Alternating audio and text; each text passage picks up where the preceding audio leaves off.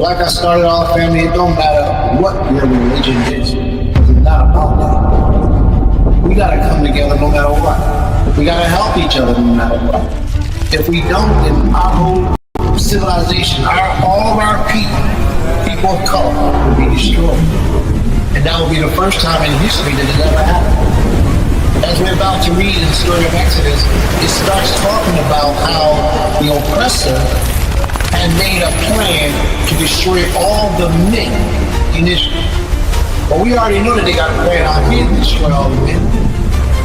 The story in the book of Exodus is very much like the story of today's time that we're going through today.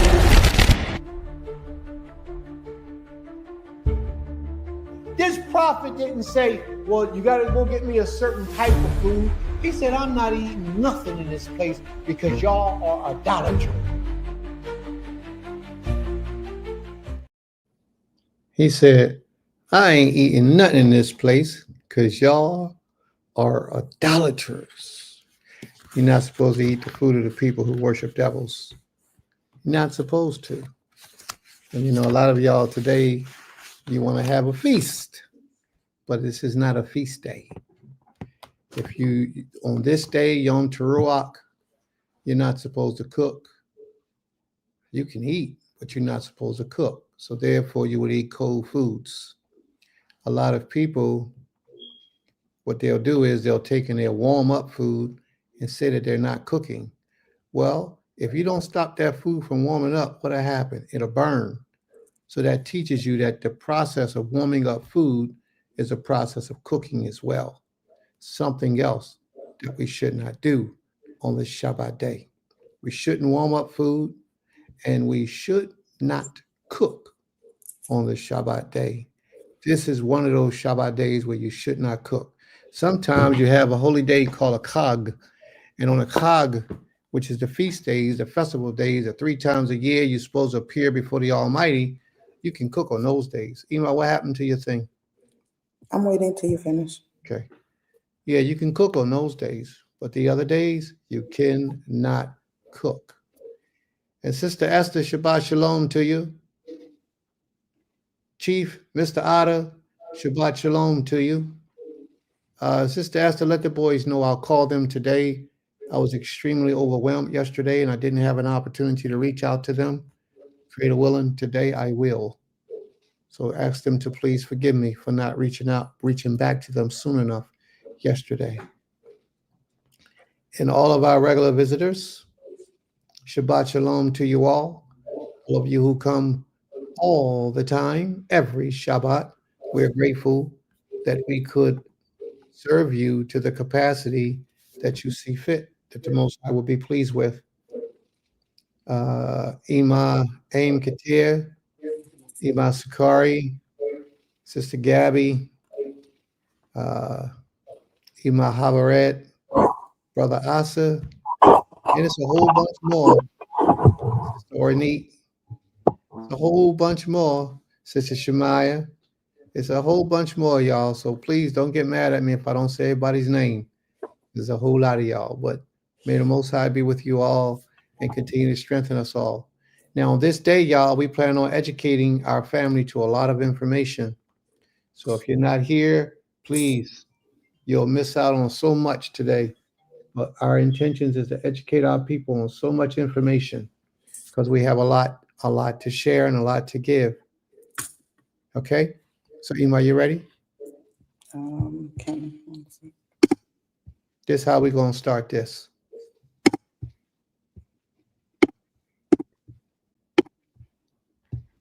This is Sister Faith. Go ahead, Apple. What's that? This is Sister Faith. Go ahead.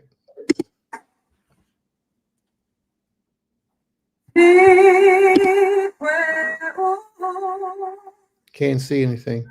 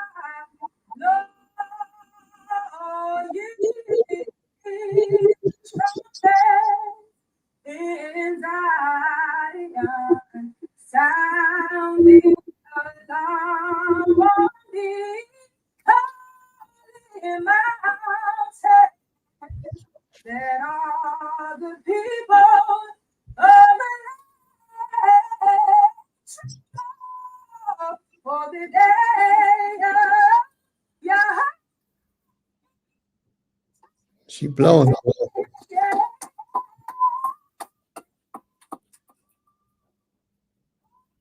I don't know if it's too loud. We're losing volume.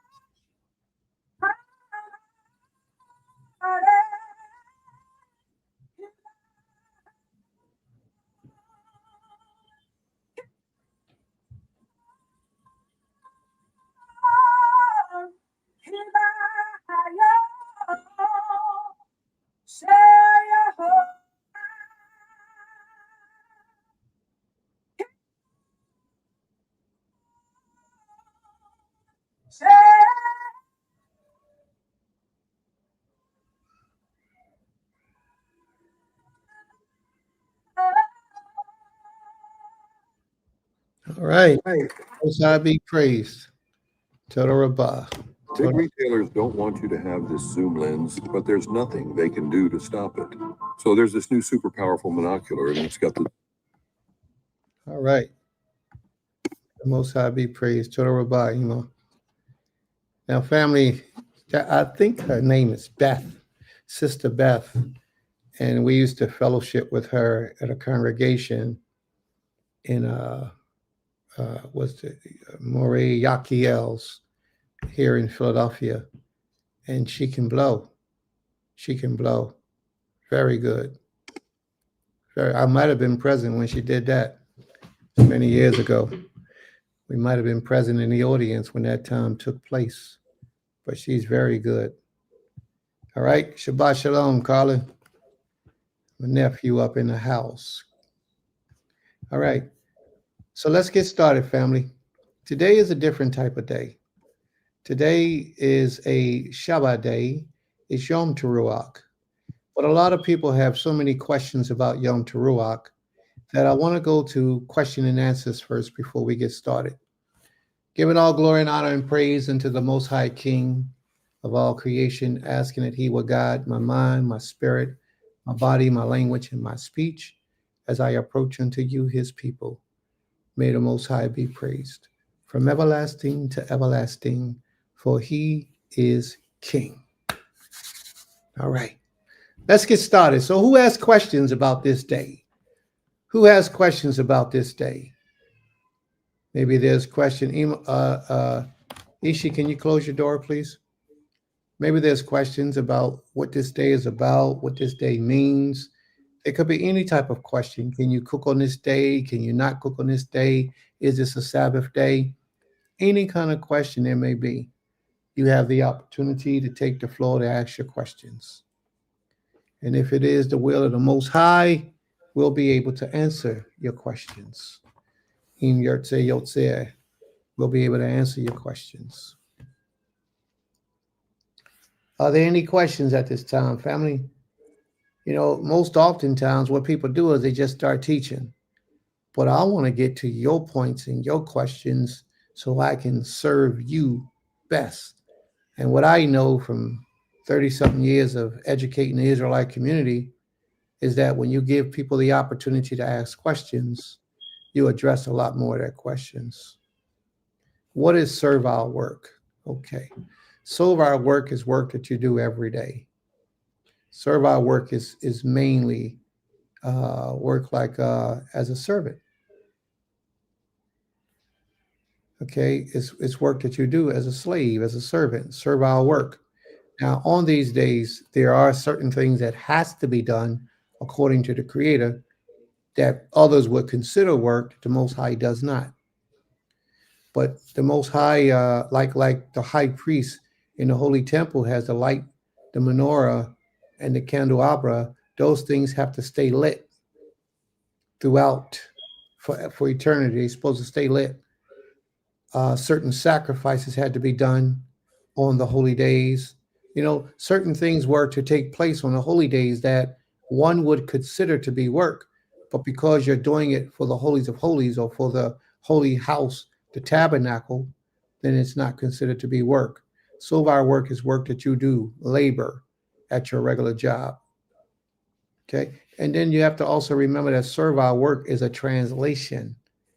It's a translation of the Hebrew word oved. Oved meaning to work or servant or slave. All right. So that's the way that the scripture that you're reading chose to interpret the Hebrew word and put servile work. There's a lot of times where there's no work at all, but then there's some times when there's servile work, which means you can't go to your jobs.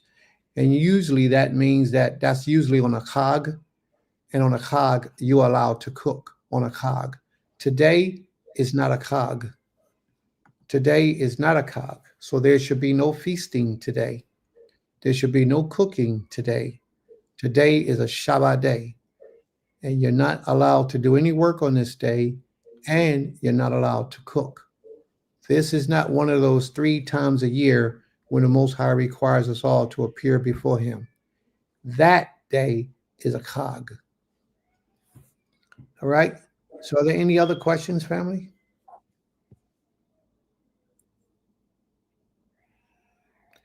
So Sister Rachel, you asked a question, what do they eat for the feast? This is not a feast day today. Just to address that question. Today is not a feast day.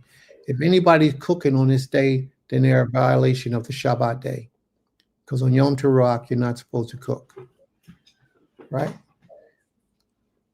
Are there any other questions, family?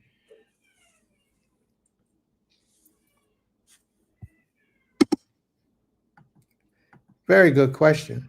Are students subjected to servile work, school work, home chores? Now, this is my personal opinion. I can't verify this through the scriptures, but I don't think school is a problem on a Shabbat day. I don't see where the Creator doesn't want you to be educated on the Shabbat. I just don't see it. I don't think that school is a problem for you to go to on a Shabbat day. I think that I can see where one would say, well, don't do it. But Prince, totally, myself, I don't think it's an issue. We close our school in observance of the Shabbat day to allow everyone to celebrate the holy days and not be boggled down with any other thing that they may be doing. So are students subjected to servile works? Students, in my opinion, that's not what we will call servile work, in my opinion. And that's just my opinion. But then if you look on the flip side, the teacher would be working. You follow me? Because that's her job. She gets paid for that. So if anything, the teacher would be in violation. But the student who's just learning, in my opinion, no, that wouldn't be a violation. All right. What Emma said, teachers have to work though, so that would be against the, absolutely. Absolutely. All right. So are there any other questions? Come on, family. We got 1,800 people in the room. And at this time, we are taking questions around Yom Teruach or any other questions that you may have in general. For those who have just tuned in, we're taking questions for anything that you may have in general or anything around Yom Teruach. Did you want to say something, Ima? Okay. Today's Shabbat class is going to be slightly different. We're not going to go over the regular rituals that we do, like the laws, the commandments, but we can acknowledge the Most High. And if there's anyone here who would like to thank the Most High, now will be the perfect opportunity for you to do so. But we're going to be getting into our lesson. And if you want to thank the Most High, please post it in the room, and we will be addressing it. Please. Dabar el Benai Yisrael Lemor Bikodesh Bi Akkad Lekadesh Yo Yihye Lakim Shabton Shabton, Zikron, Teruach, Mikra, Kodesh. Mikra, Kodesh. Now, what that's reading is coming from is the book of Leviticus. So if we can all turn to the book of Leviticus, chapter 23.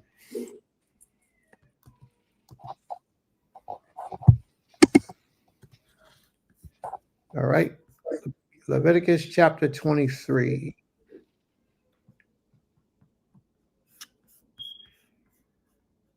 And that's where we're going to start our readings at today.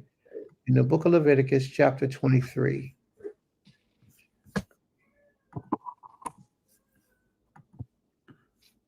All right. Can everyone see that? Or I need to make it a little bit larger, possibly. Okay. Yeah, there's a comment or a question, if you could clarify. They said their internet was cut off and wanted about the warming of the food and just wanted you to clarify it. Okay, my internet cut out when you were addressing the warming up of the food. Please clarify.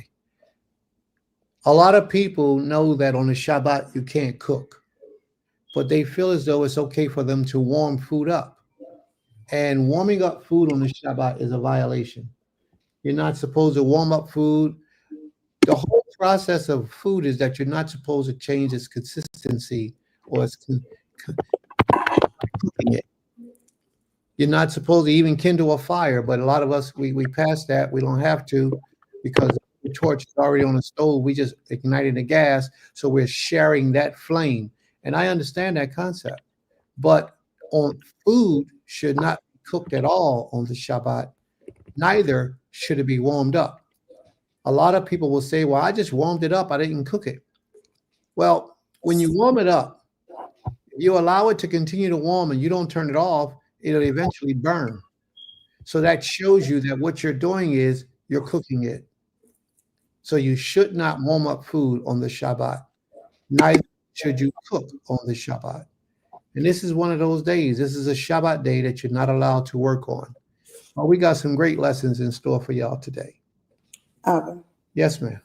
can I also add, like, it says like even seething, because some people feel like, I know you said to burn, but even the seething is when you start hearing the food sizzling or steam, like people don't equate that to cooking, but it is a form of cooking because the food is that hot that is starting to, go through that process.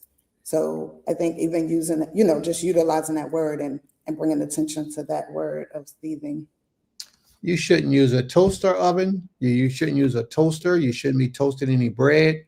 You shouldn't be seething any food. You shouldn't be warming up any food. You shouldn't be doing any of those things. And Sister Rachel asked a question. She said, how long do we fast? We don't fast for today. Today is Yom Teruach. You can eat cold food or you can eat pre-prepared food. You just can't cook on today. Somebody said, I have a warmer. Well, how does that warmer work? If that warmer applies heat to the food, then you shouldn't be using it. You shouldn't use it. You should not. See, what we do is we try to make ourselves comfortable to worship the Most High. The Most High doesn't want you being comfortable sometimes. He wants you to go out of your way to be a little bit uncomfortable to show him your loyalty to his word. And if we keep finding all these different ways to find comfortability in serving the Creator, then we're missing the point. Like on the Day of Atonement, he says, Anah, he says, afflict your soul. But yet we want to be comfortable while we're afflicting our soul. It doesn't apply. It's not the way it goes.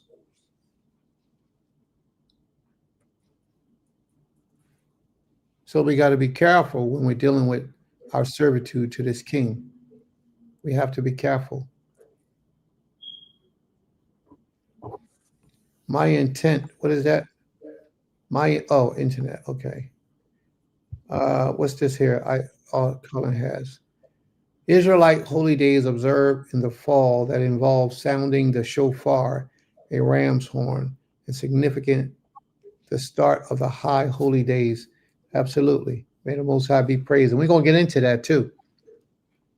We're going to get into that in today's lesson. that the Creator set up Yom Teruach to be the beginnings of this holy season. And Yom Teruach is to sound a blast or an alarm. And when you sound a blast or an alarm, what happens is you're getting people in proper alignment. People are getting themselves together. They're organizing, they're structuring, they're moving, they're getting ready for something to take place. And at this particular time, what we're getting ready to take place is the holy acceptance of the Most High for his people. The Most High to accept the doings and the workings of his people. If you notice, Yom Teruach is the very first holy day in the 7th month. It ends and begins, it actually ushers in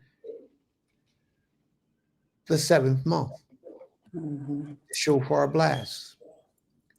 Why the 7th month? Because the Most High is bringing a closure to the year. This is the end of the year. But the Jewish man calls it Rosh Hashanah, which makes it the beginning of a year. The Most High calls it Yom Teruach in the 7th month, the month of Etanim, which shows you that there's no way it could be the beginning of the year. Things are dying at this time of the year. We're in the fall season where things are falling apart, falling off the trees, and everything is taking place. Okay? So the Most High set this up so that at the end of the year, in the 7th month, and take note, please, because this particular month has more holy days than any other month. There is no month that we have throughout the year that contains more holy days than this 7th month, Etanim, that we're in right now. And then we have at the end of the holy days, we got a 8-day feast. 8-day feast day, and you're supposed to eat every night. We're supposed to come together and have a feast every night for 8 days. Well, for 7 days. And then on the 8th day, we're not commanded to have a feast on the 8th day, but we are commanded to have a Mikra Kodesh, a holy gathering, a holy reading, a Mikra Kodesh, a holy coming together or a holy assembly. My brother, Barak, may the Most High be praised and Shabbat Shalom to you, bro. I seen you had your own thing going on, so I didn't send you the invite. I didn't want to disrupt. But this is one of the teachers in Israel, family, Brother Barak. I met him at a funeral not too long ago, sometime last year. Was it this year? Earlier this year, I believe it was. Good brother. I watch a lot of his videos, a lot of his shows. Hey, bro, can you post one of your links to one of your classes or something into the room so people can get familiar with you who wants to come and see some of your teachings? You know? All right. So let's go. Yom Teruach is also a holy day that a lot of people misunderstand. A lot of people don't understand how Yom Teruach actually falls into place with all these things. And this is why I mentioned that it is the beginning and the ushering in of the holy days for us. Shabbat Shalom, dear. My niece, Shabbat Shalom. It's the actually ushering in of the holy days. It's the beginning of the 7th month with the loudest blast. But see, one of the things that caused a problem in Israel today, we don't know what the blast is symbolic of, where the blast is coming from, what's the purpose of the blast. So what I did many years ago was I read through the scriptures and I searched for the loudest blast that I thought that we could commemorate the scriptures might be speaking of as a commemoration, and I came up with one. And we're going to read about that today in our readings today. All right, we're going to read about that today in our readings. Ima, did you want to read the 2 comments on the side? Mm-hmm. All right. Zaquina Kenya, Zaquina Laurel says Shabbat Shalom or Shalom Shabbat, giving thanks and praises to the Most High, happy to be present amongst family and friends, waiting to hear the blast, peace and love, family. May the Most High be praised. Shabbat Shalom. Shabbat Shalom, Sister Laurel. And then a question from YCD says, but I don't understand. If the Creator wants us bake what we're going to bake or broil what we're going to boil, how I'm going to enjoy the rest day with cold food? Well, what sometimes to serve the Creator, you have to make a sacrifice. And if you notice, you don't always have to cook your food. You can make sandwiches. Sandwiches are usually served cold. If it's a cold sandwich, you can make a salad. You know, you can make a salad. You can eat cereal. There's a lot of things that you can eat that's cold on the Shabbat day. What we normally do is we cook our food the day before on Shishi or Friday. We cook our food the day before and we just leave it in the oven. It's not warm, the oven is not on. We just leave it in the oven. And then the next day, when Shabbat comes around, we take the food out and we eat it. You will get accustomed to it after you've given the Most High that type of dedication of your essence. You will become accustomed to it. May the Most High be praised. Torah Rabbah. Feast of Tabernacles lasts 8 days. That's absolutely correct. It lasts for 8 days, but you're not commanded on the last day to have a feast. It does last for 8 days, but all the 7 days you're commanded to feast. But on the 8th day, there's no feast mentioned. So therefore, you don't have to feast on the last day. And the last day and the first day are both Shabtot or Shabbats for you guys who don't understand. They're both Shabbats. So therefore, the first day you ain't supposed to cook, except that it is a Chag. So because it's a Chag, that allows you to cook. So the last day, most people think that they can cook on that last day. But if you look at the scriptures, it says nothing about you cooking. So therefore, you cannot cook on the last day of that.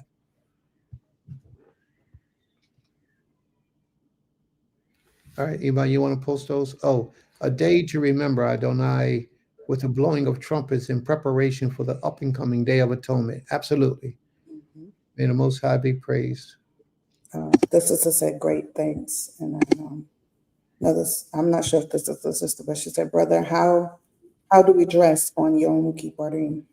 Yom Kippur. Now, there's many different ways that people dress on Yom Kippur. You don't have to dress anything special on Yom Kippur. There are those of us who like to overdo or go beyond what's needed and necessary. See, the Most High never gave you a dress description. But if you look into the scriptures, a lot of our people, when they were fasting, they would wear sackcloth and put ashes and dirt all over their face.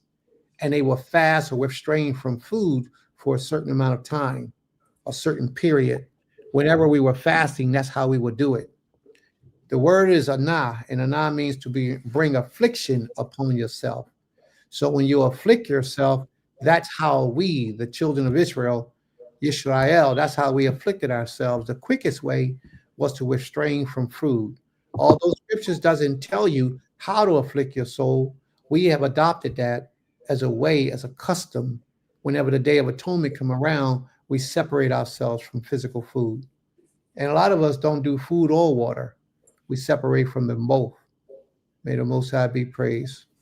So how do we dress? We usually wear sackcloth, put ashes all over our face and dirty ourselves up. We don't take a bath. We stay stinky. We'll do things to make us perspire just to bring affliction upon ourselves. So may the Most High be praised, and I hope I answered your question. But keep bringing them. Any question you may have, feel free to ask those questions. We're here to serve you. Okay. Sister Anit says, I've heard of people leaving their oven on warm before the Shabbat. Would that be going against scripture? Yes, that's going against scripture because you're still cooking the food. Your oven should not be on. Your food should not be touching heat in no fashion, shape, or form at all. Therefore, you're not cooking it. You know, I know some people who take their food and put it on the radiator and warm it up. They wrap it up in aluminum foil, put it in the radiator and warm it up. So let me open your eyes to this. Aluminum foil sends poison into your food. If you put your food in aluminum foil and put it in the oven and heat it up, some of that aluminum gets into your food and is poisonous for the ingestion of people. You should never do that. So you should also never put your food on a radiator and try to warm it up just to get around eating food hot or cold. You should, there's no problem eating food warm room temperature. Mhm. All right. Are there any other questions, family? Oh, I just wanted to, now they have stoves, right? And I know we have it on the stove there in Philly, where it's the Shabbat. It's like Shabbat. It says Shabbat warm or Yeah. Shabbat Shabbat cooking. settings, yes. Yeah, Shabbat settings. And then it's like, that's just another way for people to try to get, around not having or not cooking. And I think a lot of times we just try to get convenient with it. And the whole point is not about convenience. That's why the Most High says prepare. He tells you to prepare prior to the Shabbat.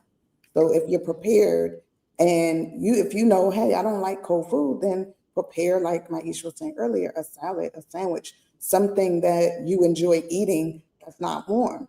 Otherwise, you know, like when I saw that setting on there, I was like, they would do anything to have us to go against what the Most High said. Yep. Like even when you put your food directly in the sun, we know that the sun draws a powerful heat, and your food can actually cook in the sun. If it can start a fire with a magnifier, we have to think about that. So it's just so many ways that we try to find ways to, and I won't say deliberately break the law, but instead of just kind of going with what the day is, we got to figure out how can we make it about us on that day. And it's really not about you. It's about the Creator.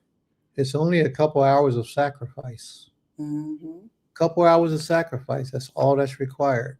24 hours at the most for that particular day. All right. We have another question there.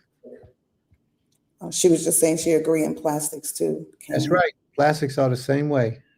You shouldn't eat. And first, let me clarify this. None of us should be using a microwave oven. If you're still using a microwave oven, then you got a lot of what is that? Reducing Vacation. poisons in your body.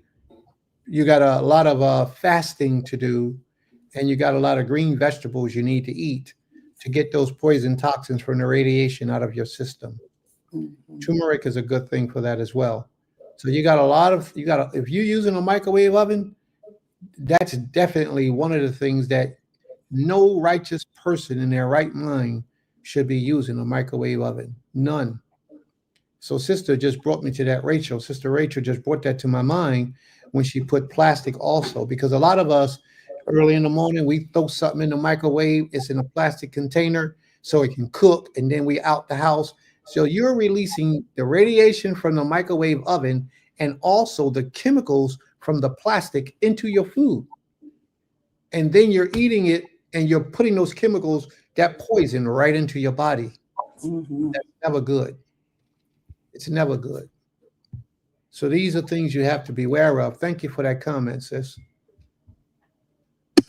All right. I'm sorry. Brother Carlin, nephew Carlin says, can we drink wine on the holy day?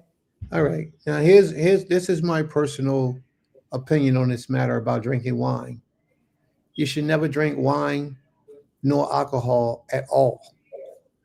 You should, especially us, because we in this war right now. We at war. So many of us don't believe that we are at war, but we are at war. And wine, not only does it poison your body, but it contaminates your mind. You eat up your brain cells. It does so many negative things to you that destroys you mentally, physically, spiritually, emotionally, and it introduces spirits upon you. That's why they call it wines and spirits, because they understand that the consumption of wine poisons the body. It brings other entities into you. You invite them in every time you take a sip of wine. That's why it alters your behavior. That's why you become something other than what you normally were. That's why you be feeling all good, but you be feeling good. And then after the wine is over, your body is fatigued. Your body is torn down and you need to redo yourself. So in my opinion, you should never drink wine. You shouldn't drink wine. And then all the things that they put in wine today, Mm-hmm. a lot of the poisons that you don't know nothing about that they put in wine today is another thing that's destroying your health. So in my opinion, you should never drink wine at no time. Now I know you're reading the scriptures where the Father says you can have this drink and that drink, and I can't dispute what the Father says. But this stuff that we're doing right now, from what we got, this wine, this alcohol, this liquor, cognac, this beer, all of this stuff. First, beer, a lot of the beers are unclean. And most people don't know that. A lot of the beers that you drink are unclean. Read the ingredients in these things and then see what they utilize in these. It's a piece of beaver butt piss or poop that they put inside a lot of these beers. You know, these things are dangerous and you shouldn't drink these things. And as far as the alcohol, the liquor, they put chemicals inside of there to make you desire it even more. You know, so you think that you're drinking just to bring yourself some peace of mind or some comfort, but you're really drinking because you're addicted. Same thing with marijuana. You're really smoking because you're addicted and you can't stop. You don't know how to stop if you don't have the physical strength to stop. If you don't believe that you're addicted to any of those things that I just mentioned, try leaving it alone for a month and see what happens. See how your body goes through these changes. See how your mind tells you you need it, you desire it, it brings you joy. Watch the changes that you go through for these things. These things are not good. See, a lot of us, we Israelites, and we desire to serve the Creator, but we got bad teachers. And those bad teachers are teaching us certain things that actually put us in contradictory to the Most High's law. It's not a good thing. Mm-hmm. And then I say also, because you said beer, but wine also, a lot of wine has shellfish in it. And a lot of people don't know that. And they put the shellfish in it for partly coloring and preservation. And so if you don't know what it is, then you're also partaking in unclean wine because of what they put in it, like you said. That's right. And then they have a wine that says kosher for Passover. There is no wine that is kosher. And the reason why no wine is kosher because it goes through the fermenting process to make it wine. For Passover. Mm-hmm. It goes through a fermenting process. There is no wine that is kosher. It cannot be. It goes against itself. So, you know, they have kosher for Passover wine, but it's not righteous. It's not, it doesn't fall in alignment with the Most High's will. So in my opinion, we shouldn't drink wine. We shouldn't drink beer. We shouldn't drink strong drink, alcohol. And if you look at scripture says, give strong drink to them who are heavy at heart. A person that lost a loved one, somebody that was dear to them. It says, give them strong drink, you know? And Solomon tells you to be wary of wine, stay away from it. Solomon was wise and he said what he knew to be right. And we should not be drinking wine. So be careful, family, because all these things we need to know. All right, Iman, next person. Yes.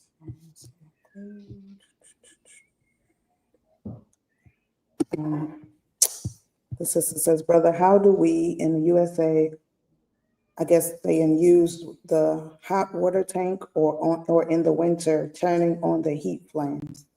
Now, anything that's necessary, you shouldn't have a problem with. Anything that's necessary, you shouldn't have a problem with. But this is what I want you to know. A lot of hot water tanks, they have gas and they have electric. And most of those have a standing flame. A standing flame means the flame is already lit. I explained that earlier with the stove. The flame is already lit. It's already there. And in the wintertime, you have a pilot and your pilot is already lit and it ignites when it's ready. So, you know, we can get real tedious with this and say you can't drive a car because when you turn a key of a car, it starts ignition or combustion, and therefore there's a fire in there and you shouldn't drive your car. Well, I don't have any problems with those things because there is a matter of overrighteous, which when you get overrighteous, you cause affliction upon yourself on a day that you don't need to do it. You know, sometimes you can go beyond the measures in doing things that the Creator is not required to keep the Creator's law. Now, let's say if you are one of those who feel like I cut my hot water tank off, I cut my stove, I don't use my oven or anything. Well, you shouldn't use your oven on the Shabbat day, but you don't use your heater on the Shabbat day. I would never tell you that you're wrong. I would never tell you that because I will be wrong to tell you that you're wrong for cutting those things off. I'm not going to tell you to cut those things off. But if you're already doing that on your own and you feel like that's what you want to do to be in alignment with the Most High's will, then so be it. You're just one of those brothers who are more zealous than others. And if you can do that and make it through, that'd be a whole winter that you will be freezing in your house. But so be it. You might go get electric heaters and heat up the electric heaters and warm your house with electric heaters. I have no problem with it. But in my house, we don't cut off our hot water tank and we don't cut off our heaters during the winter time, even on a Shabbat day. We don't. But if you see fit that you would like to, then yes, you can do that. And neither would I tell you that you're in violation because you wouldn't be. Matter of fact, you would be more zealous than me if you went to those extremes. And I know I'm a zealot. I know I am. But you would be more zealot than me if you went to those extremes to cut off your hot water tank and your heater on the Shabbat day. So I would never tell you that you're wrong for that. May the Most High be praised. Sister Anita, and these are what they call ferrochemicals. And she's talking about like the microwave. Yep. They allow those forever chemicals to seep into your body, into your bloodstream.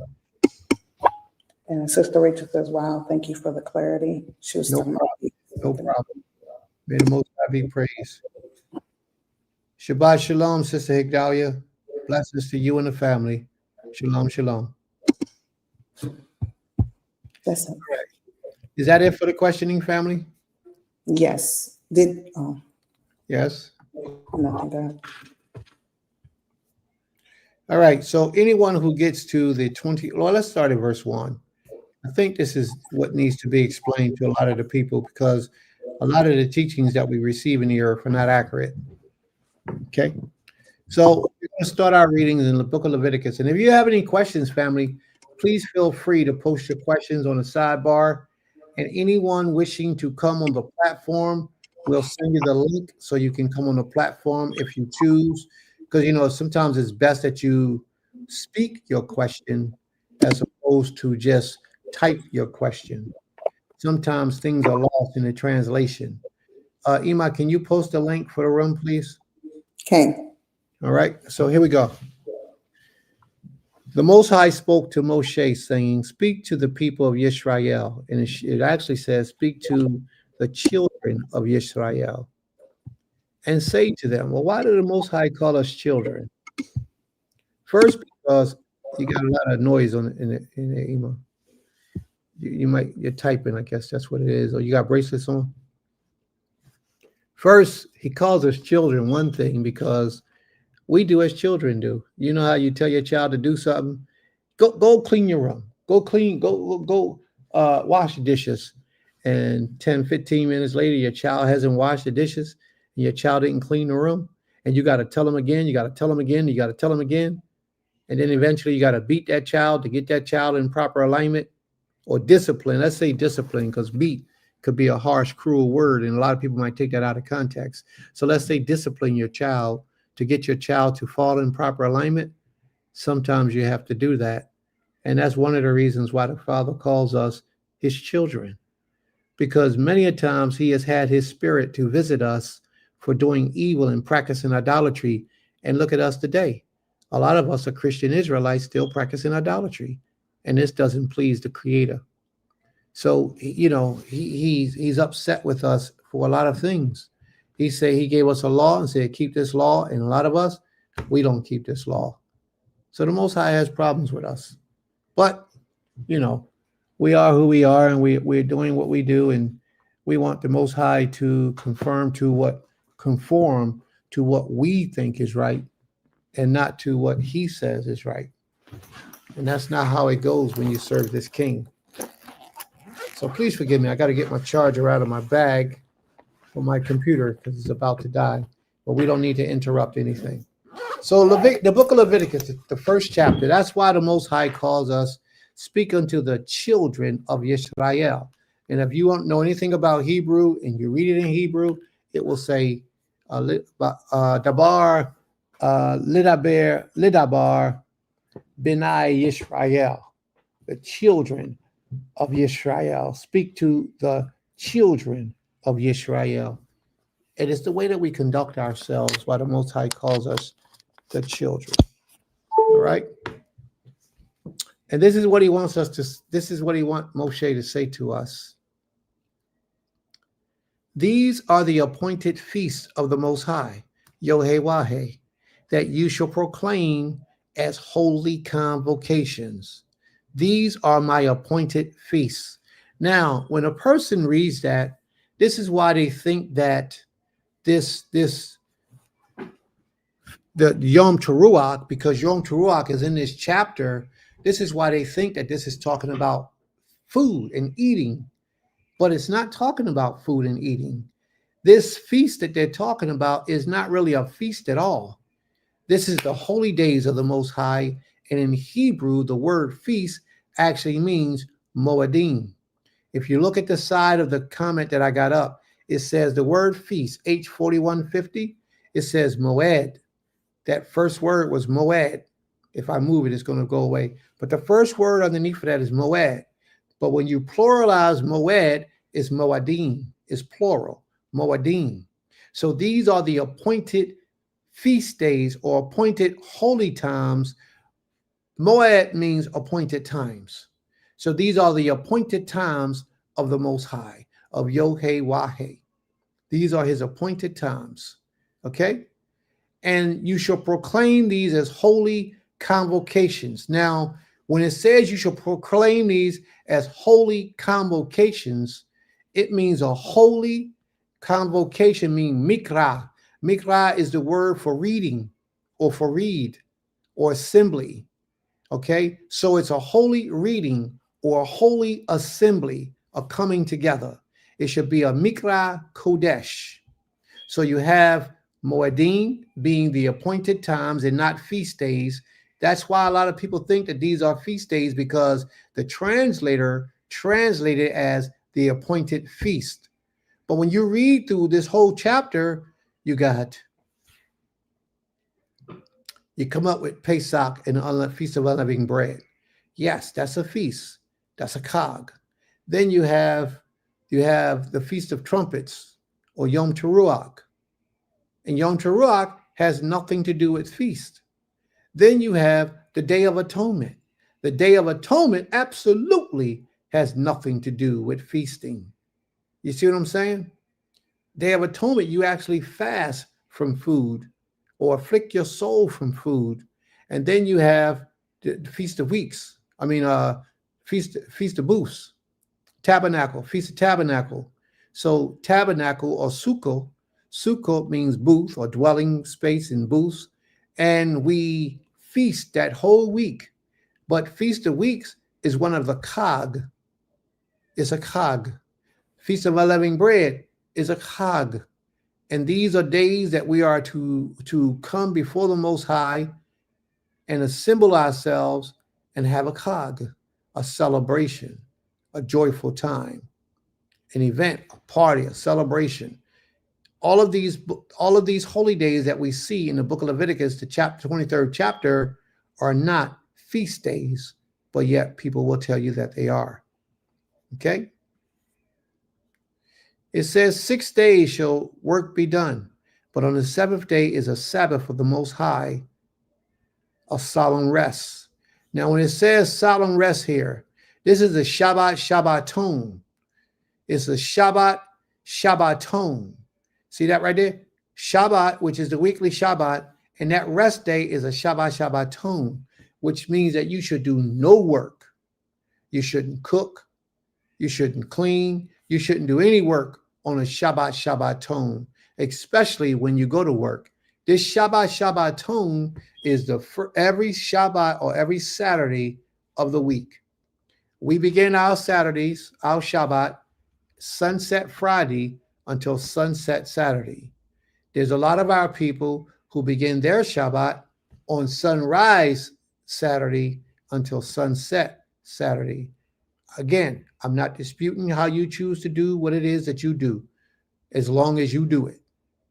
So you do what is in your best of your understanding and your opinion. That's how you do it. But we keep our Shabbat from Friday night till Saturday night, from Shishi at sunset in the Erev until Shabbat at Erev. That's how we keep our holy day, our Shabbat day.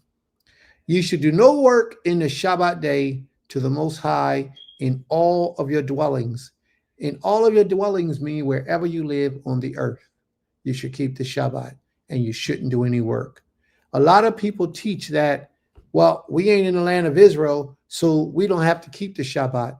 The Most High said that you should keep it in all of your dwellings, wherever you dwell on the face of the earth. You don't have to live in the Holy Land to keep it. All right? So we have to keep that in mind too.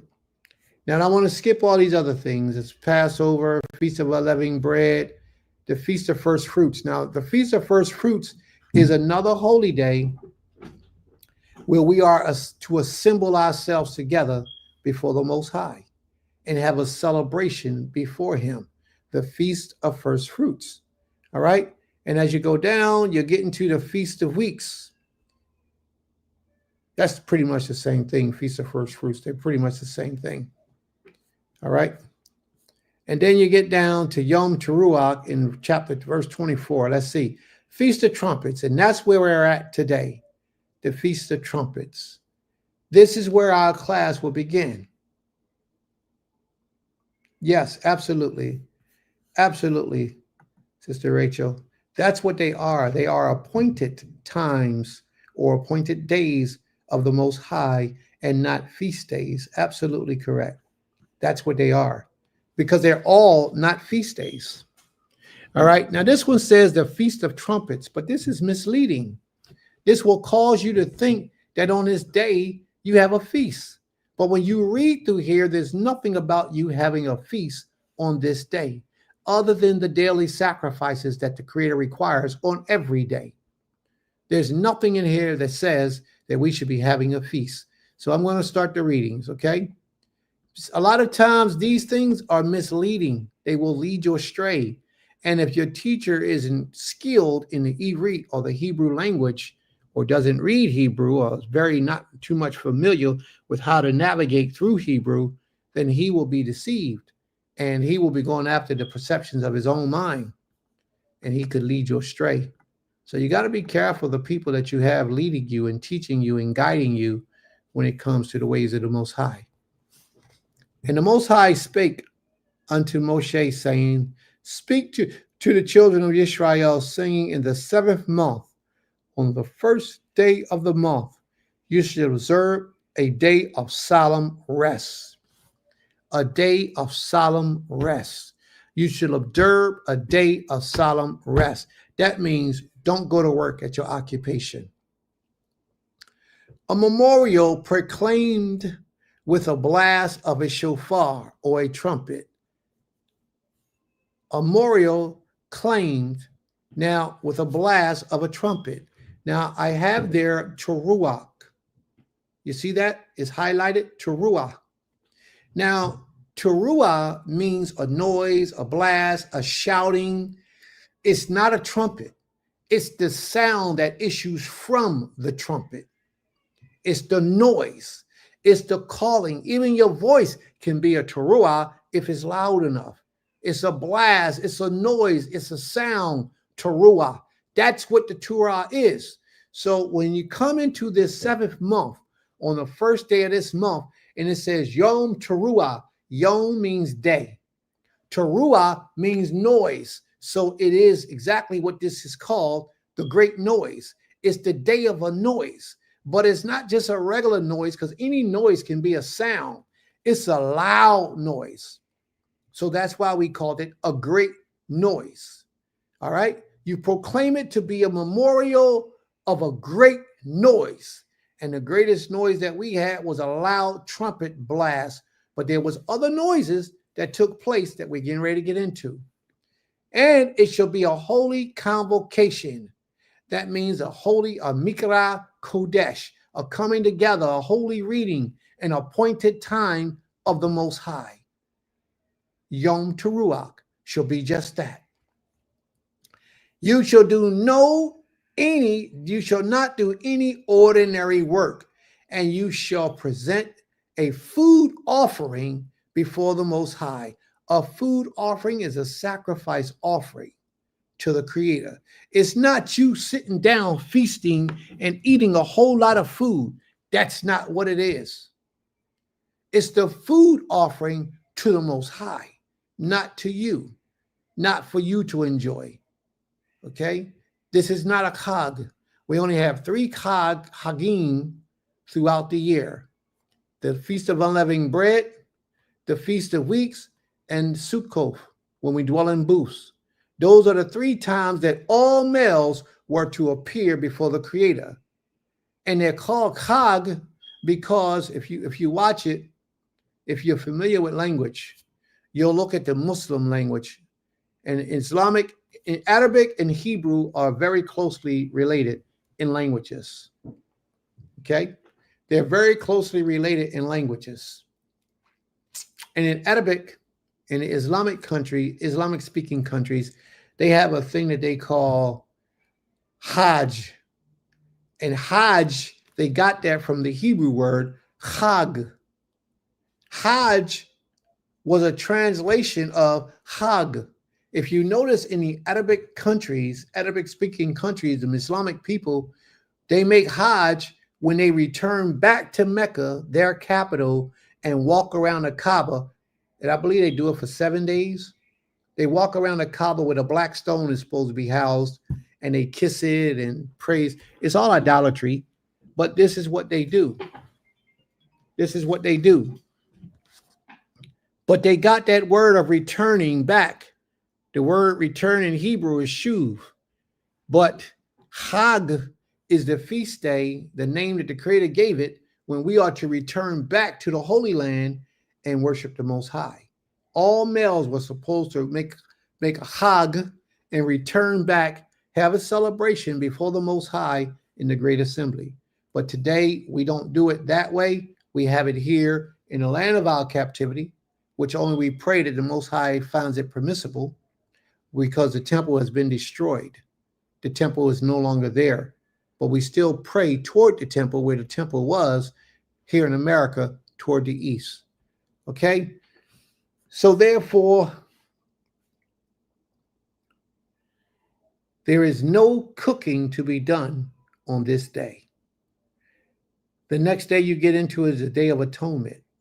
So that lets you know there is no cooking to be done on this day. Are there any questions? Oh yeah, we got some questions on the side. Would you like to read those questions, Ima? Shall we sacrifice?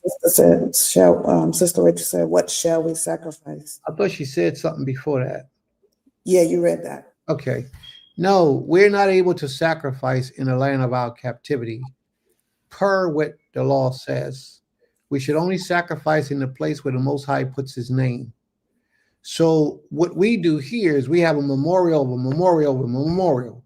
We do kill animals and have like the Passover and things of that nature.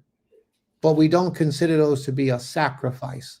A sacrifice is when you go through the whole ritual, put it up on the altar, and offer it up to the Most High, and then you take its life, and then you burn it up, and you have a sacrifice in that way. But we don't have sacrifices here in the land of captivity, for it is prohibited for us to do so. And you find that in the 12th chapter of the book of Deuteronomy. I believe it starts around 12 and 8, 12 and 13, somewhere around there. But you'll see where we are prohibited from having sacrifices from anywhere where the Most High didn't place his name. All right? Now, for those of you who are here, and this may be your first time here, you can like and subscribe and ring the bell. And when you ring the bell, it causes you to be notified every time we go live. When you subscribe, you'll be on our subscription list. And when you like, it means you enjoyed the class. And we pray that you get something out of the class on the Shabbat day. All right? For it is our intentions to enlighten you on the Shabbat day. Anybody wishing to receive? Anybody wishing to receive notification, you would have to ring the bell.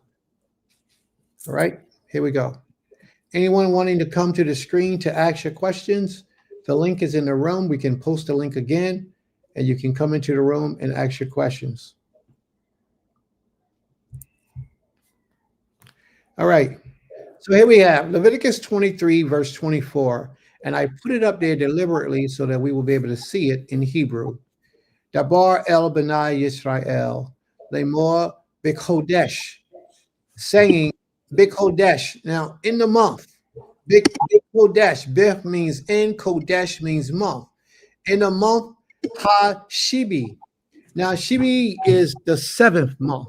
So therefore, he's saying in the 7th month, Biachad, on the first, the Kodesh, the holy, on the first of the in the first of the 7th month, which means the first day of the 7th month. The Kodesh, or the first day of the first moon of the moon, in the first day of the moon. The Kodesh meaning new or moon.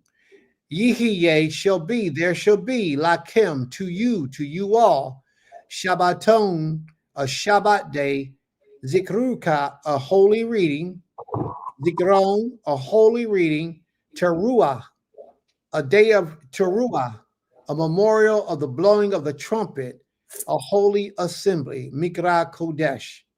So what they're really saying is, speak unto the children of Israel, saying, in the 7th month, on the first day of the 7th month, Yihye, there shall be a Shabbat day, Shabbaton, a Shabbat day, a memorial, Zikron. Zikron is a memorial, a remembrance, or something to remember.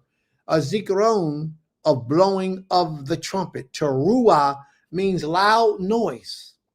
It doesn't mean blowing of the trumpet. It actually means a loud noise. And the loudest noise that we've had in our history, we're going to read about today.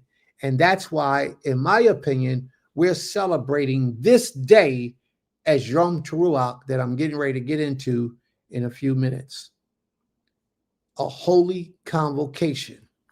Then there's another one in Leviticus 25 and 9. Then you shall cause the trumpet of Jubilee to be sound in the 10th day of the 7th month. In the day of atonement shall ye make trumpets sound throughout all your land. So we were supposed to have a trumpet blowing in all of our holy days, in the beginning of our holy days, even on the day of atonement. So again, reflect upon what I shared with you. The 7th month is the month with the most holy days in it. So it's only right to usher in that month with the sound of the shofar blast. And what was a shofar blast for? To get you in alignment. We're going to read that now. Teruah is a Hebrew word for a loud, joyful shout, a war cry, or the blast of a trumpet, especially the shofar. It is famously known as part of the name Yom Teruah, or the Feast of Trumpets, a holy day in Yerushalayim marked by the blowing of the shofar to call for repentance and celebration. Is to call our attention so that we can get into a proper alignment for repentance or celebration. Y'all follow that so far, right? I haven't lost anybody. If there's any questions, please post your questions so that we can address any questions that you may have. All right? Any questions that you may have, we want to address those questions. So may the Most High be praised. All right, family, let's move forward. Ishi, there's a lot going on up there, Ishi. Please address that issue, please. There's a lot going up there. Please address that. So here we have. Let's turn to the book of Exodus, chapter 18, verse 1. Everybody and anybody, let's turn to the book of Exodus, chapter 18, verse 1. All right? Just give you a few minutes to get it. And this is how it reads. Jethro, the priest of Midian, Moshe's father-in-law, he heard of all that Elohim. Now, if you are familiar with a lot of the teachings of a lot of people in this world, they will teach you that Jethro was a pagan. I don't believe Jethro was a pagan. A lot of people will teach you that he was. I don't think that he was. But let's think about this first. Jethro was considered to be a priest. He lived right behind the holy mountain of the Most High. He lived right behind it. Moshe would walk the flocks of Jethro into the hills right behind his house.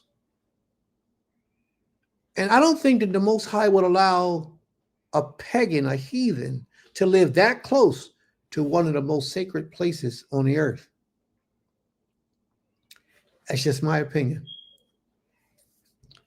Jethro was one of the ones who taught Moshe a lot of the teachings of the Most High, like what we can get ready to get into right now. It's just a wisdom course that he taught him. Jethro was the man who recognized the special talents and gifts of Moshe when he accepted Moshe into his household as a son-in-law and gave him one of his daughters to marry. He allowed him to marry one of his daughters. It says Jethro, the priest of Midian. Israelites needs to remember this, that the Most High dealt with other people other than just the children of Israel.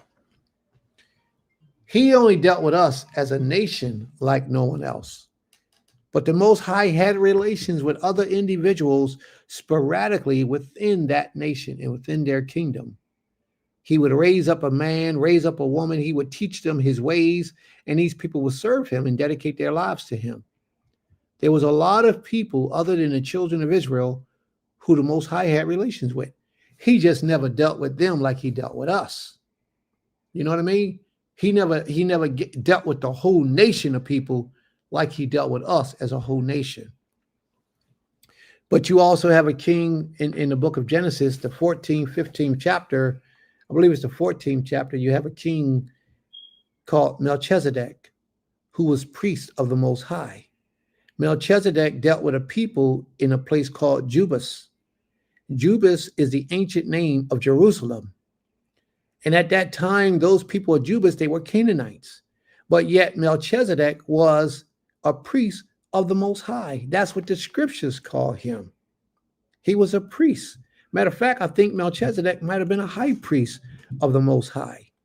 And he was not out of Aharon's lineage because he predated Aharon. Melchizedek, he predated Aharon, but he was a Canaanite priest. Jubas was the ancient name for Jerusalem. The capital of Jubas was Ai. They were pagans. They was worshiping all type of things. But even in the midst of pagans, the Most High raised up someone. And obviously he was responsible for others. And his name was Melchizedek. And Melchizedek paid tribute to Abraham by giving Abraham a tenth of all that he had. So there's a lot of teachings here that a lot of us don't know. A lot of us are not aware of. But Prince is going to do his best to bring it all out today. Moshe's father-in-law heard all that Elohim had done for Moshe and for Yisrael, his people, how the Most High had brought Yisrael out of Egypt. Now Jethro, Moshe's father-in-law, had taken Zipporah, Moshe's wife, after he had sent them home, along with her 2 sons. The name of the one son is Gershon, for he said, I have been a sojourner in a foreign land. And the name of the other is Eleazar, for he said, the Elohim of my fathers was my help and delivered me from the sword of Pharaoh. Jethro, Moshe's father-in-law, came with his sons and his wife to Moshe. Now, how many of us even knew that Moshe had children? Who even knew that Moshe had children? Thank you, sis. We greatly appreciate that. And we pray that we are able to serve you on this day. Who even knew that Moshe had children and a wife? One wife at this particular time, but he had at least two. Moshe had at least two wives. And he had two sons, Eleazar and Gershon. And you hear nothing else about his sons of them being astounding, great or mighty throughout the scriptures. A lot of this reason is because when a man is called to the service of the Most High, usually he can't serve his children or his wife and his children as he's serving the nation. That's one of the reasons why the Creator tell the king not to multiply his wives, because it would be very difficult for him to service the needs of all the people if he has a whole lot of wifely duties or childrenly duties that he has to attend to outside of him dealing with the nation. A lot of times, righteous men, men of standard, men of the elect of us, a lot of times our children go unsatisfied through life until we master how to serve the Creator's people and how to serve our own households. And believe me, it takes a long time to master that.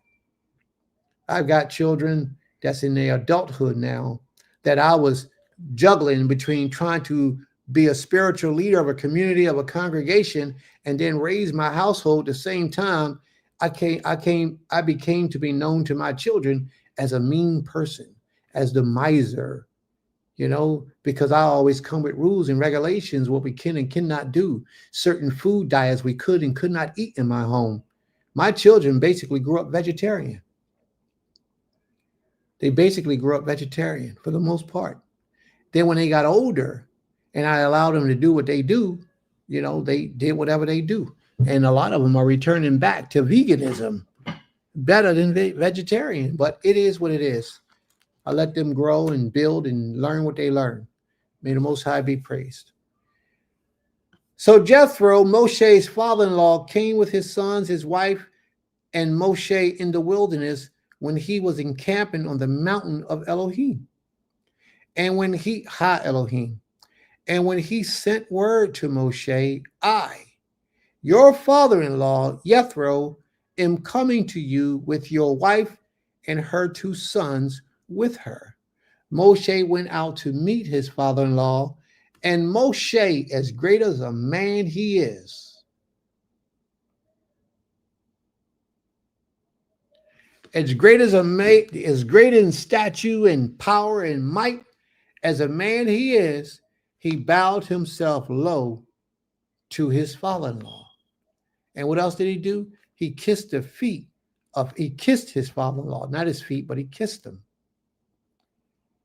A kiss amongst Hebrew men is an honorable way of greeting someone that you have a lot of respect for. There was a man named Moreh Mishael. He's no longer with us, but when I used to greet him, I greeted him with a kiss. There's one man who is still with us, Kohen Mikael, men of outstanding men. And when I greet him with a kiss. These are men who are profound in Israel today, to be in our presence and to spread the word of the Almighty. These men were profound, and these men deserved the respect that Moshe gave to his father-in-law. Moshe didn't just give it to him because he is father-in-law. He gave it to him. He gave it to him because he's a man of wisdom, a man of profound wisdom, a great man, a mighty man, an honorable and respectful man. A lot of males who are not honorable and respectful, you go give them a kiss, they won't know how to receive it because it's not in their nature to do so.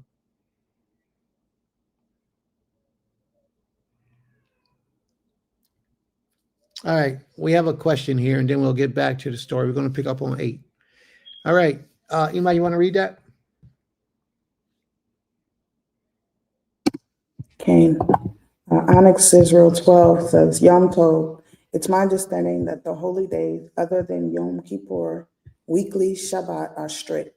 For instance, we have several work like in Numbers 9:1, and we have Leviticus 23:26, my opinion. I don't understand what he's trying to say. completely. Do you understand that, Ima? I understand the part where he says they are strict other than Yom Kippur. Why would Yom Kippur be any other as far as a strict Shabbat day? I don't know. Well, he says, for instance, we have serve our work. So I guess he's saying in Shabbat or she or he. Okay, they said Yom Kippur and weekly Shabbat both have details regarding cooking, if I'm correct, where the others do not. I'm not a teacher, so I could be wrong. I may not be able to hear the answer. I'm at work. Okay, well, you at work today, a holy day, but I ain't gonna get on you about that. We're gonna leave that alone. All right, let me address this. Put that back up, please. All right. Now let me explain this, and I pray that you are able to hear it, because what I'm about to say is very, very, very, very, very important for any Israelite wishing to keep the Shabbat day. There are 2 holy days throughout the year that are extremely, extremely vigilant and must be taken guarded with safe care. And that is the weekly holy day and Yom Kippur. They are Shabbat, Shabbaton. When you read it in Hebrew, the weekly holy day and Yom Kippur are the only 2 Shabbat, Shabbatot, or Shabbat days that's classified as a Shabbat, Shabbaton. The rest of the holy days are not Shabbat, Shabbaton, because you are able to do things on those holy days. You cannot work on any Shabbat. None of the Shabbatot can you work. But what you can do is cook on the cog. You can cook on the cog, and you can set up the booths and have booths ready and all those things for the week. So you can do holy things pertaining to the worship of the Most High. That's why it's no servile work, which means you can't do no regular work on your job. Okay? But holy things pertaining to the works of the Most High, you are allowed to do on those days, except for the weekly Shabbat and the Day of Atonement. Those 2 days are Shabbat, Shabbaton. They are held higher than all the other holy days, or the other holy Shabbat days. All right? That's just to give us clarity and justification on that.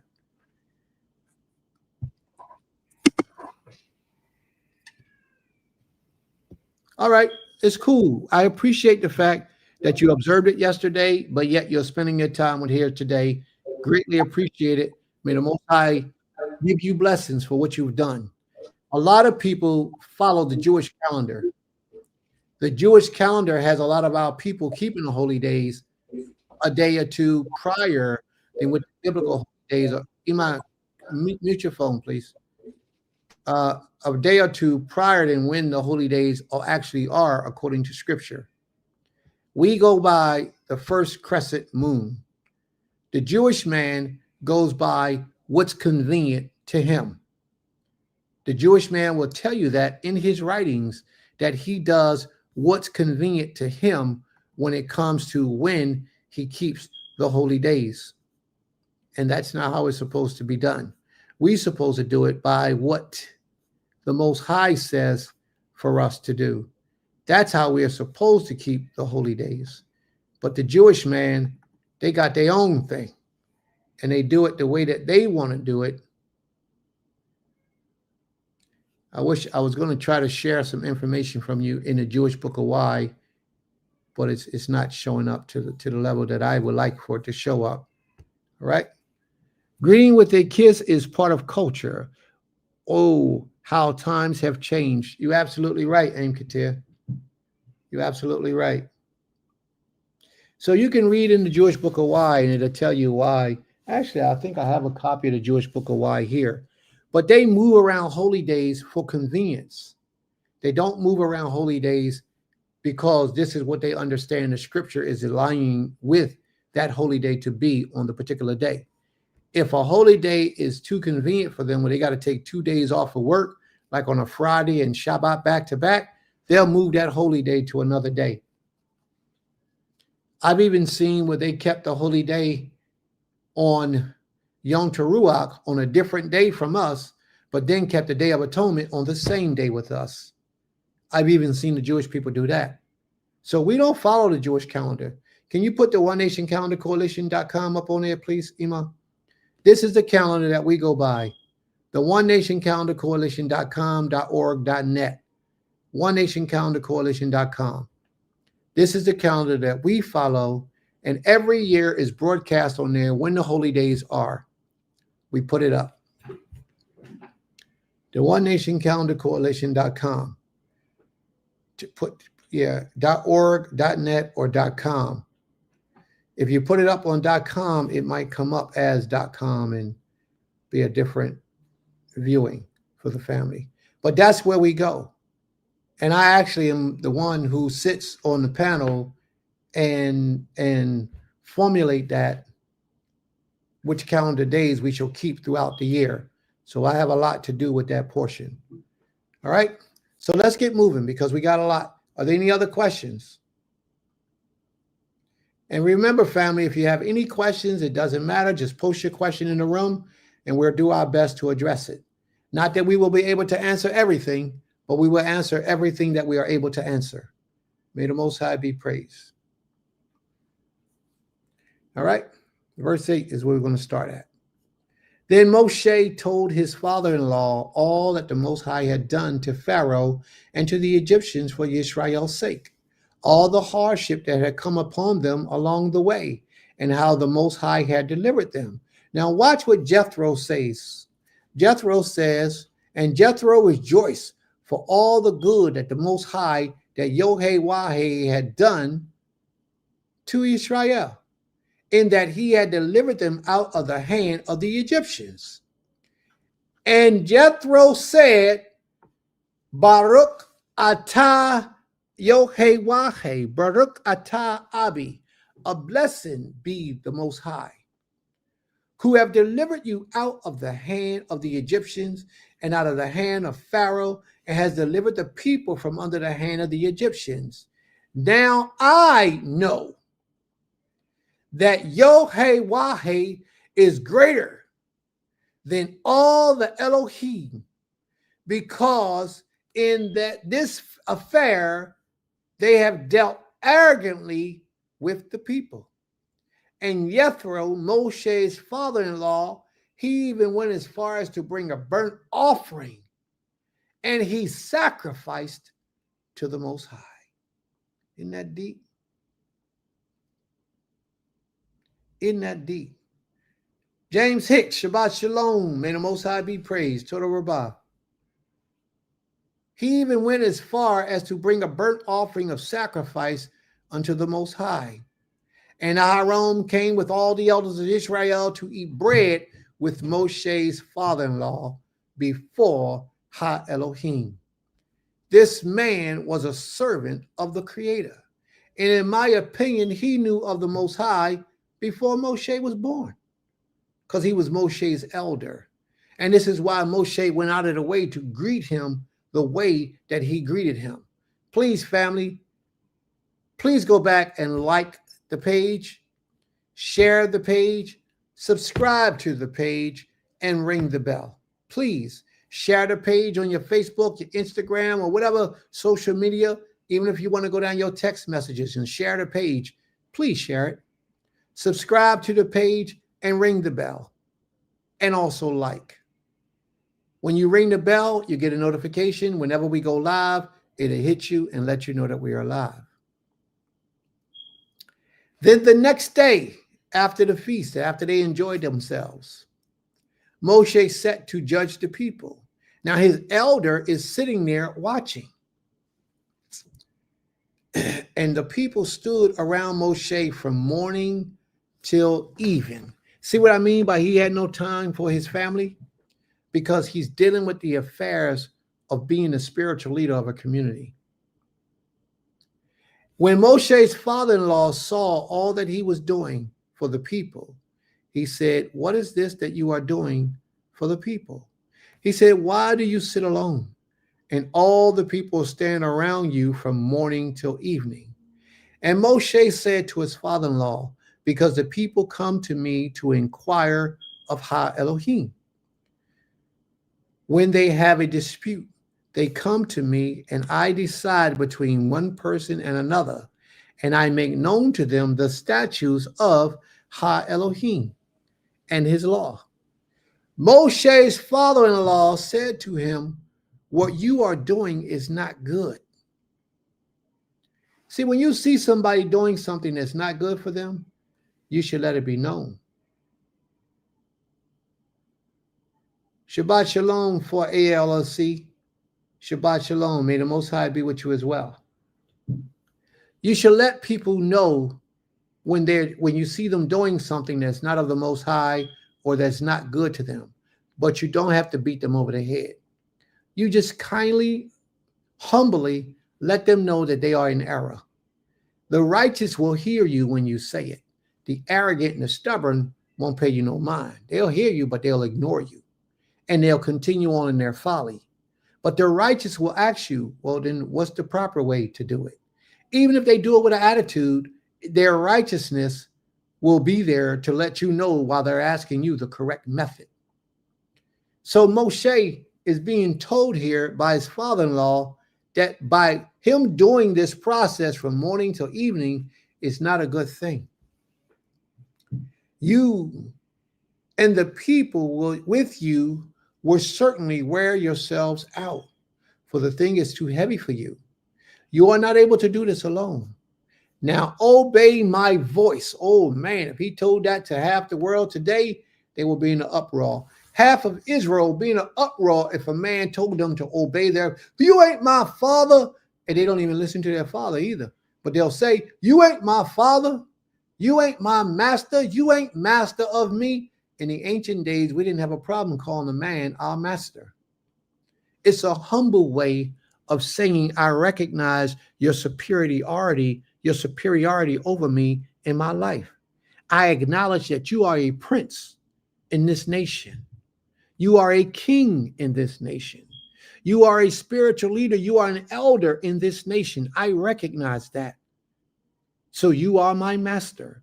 But if you say that to a man today, they'll get upset. If I put on the title, Prince is the master of Israel, people will get upset. Who do he think he is? You know, it's just the way that we are. But we're not like our forefathers was in the ancient of days. He says, now obey my voice. I will give you advice. And Elohim, Ha Elohim, be with you. You shall represent the people before Ha Elohim and bring their cases to Ha Elohim. And you shall warn them about the statutes and the laws and make them known the way in which they must walk and what they must do. Moreover, look for honorable men from all the people, men who fear Ha Elohim, who are trustworthy and hate a bribe, place such men over the people as chiefs of thousands, of hundreds, of fifties, and of tens, and let them judge the people at all times. Now you notice what he didn't say was men who people liked, men who looked good, men who could talk smoothly. He didn't say choose those type of men and put them over the people.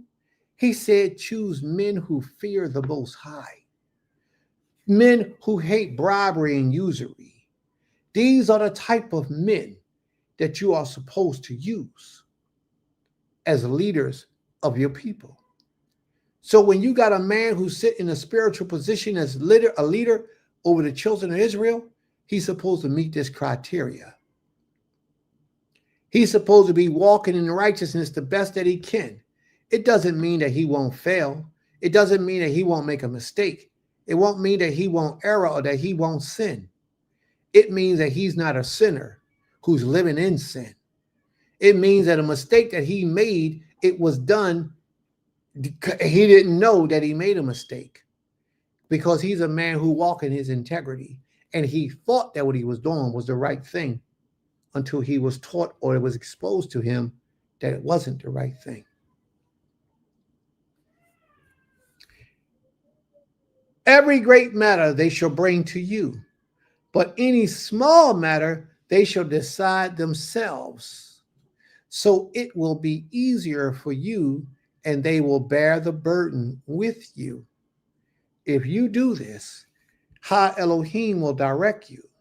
You will be able to endure, and all this people also will go to their place in peace. What did Moshe do? He argued with him. He said, "No, but I like doing this." He said, "No, I'm the spiritual leader. You don't got nothing to do with these people." He didn't do any of that. It says Moshe listened because Moshe was a humble man. A lot of us today, we're arrogant. We move in the wrong spirit. A lot of people think because they're the spiritual leader of a place that they can talk to the people any type of way. And that's not a good thing because you can't. A lot of people think that because they're the spiritual leader, or they were the first ones here, that they can treat people any kind of way. And that's not how it's done. For Moshe was the spiritual leader of the people, and we knew that the Most High was with Moshe because of the miracles that he performed. And when a man named Jethro, his father-in-law, told him something, he humbled himself. And he heard what Jethro had to say. So many of us have a difficult time doing that. Moshe listened to the voice of his father-in-law and did all that he said. Moshe chose able men out of all of Israel and made them heads of the people, chiefs of thousands. Now that chiefs of thousands means Sar.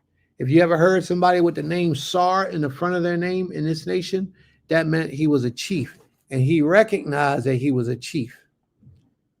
And of hundreds and of fifties and of tens.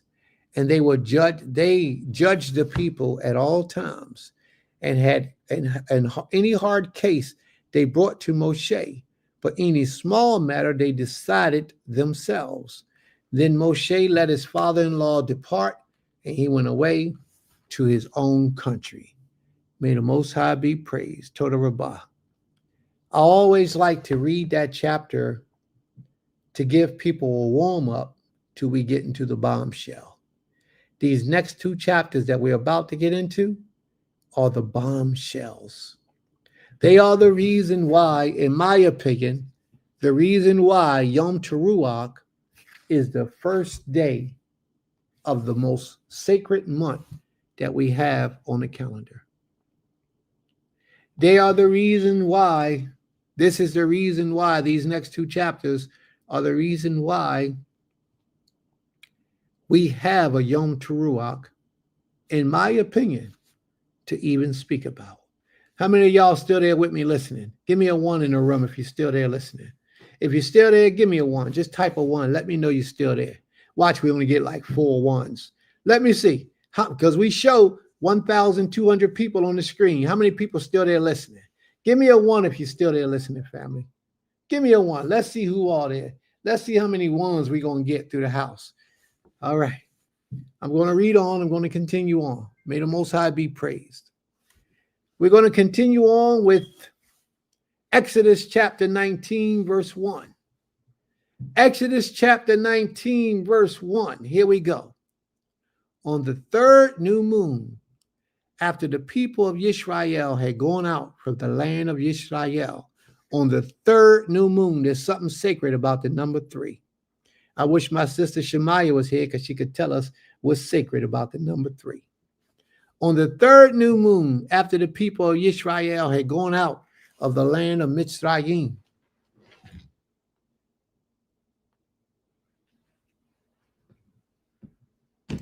on that day, they came into the wilderness of Sinai. The wilderness, Medibar, Dabar, into the wilderness of Sinai. They set out from Rephaim and came into the wilderness of Sinai, and they encamped in the wilderness. Now we're in the wilderness. There, Israel encamped before the mountain. What mountain are we speaking about? Mount Horeb or Mount Zion. Mount Zion has 2 names, Mount Zion and Mount Horeb. And supposedly Horeb means in a wilderness. Horeb is supposed to mean a wilderness.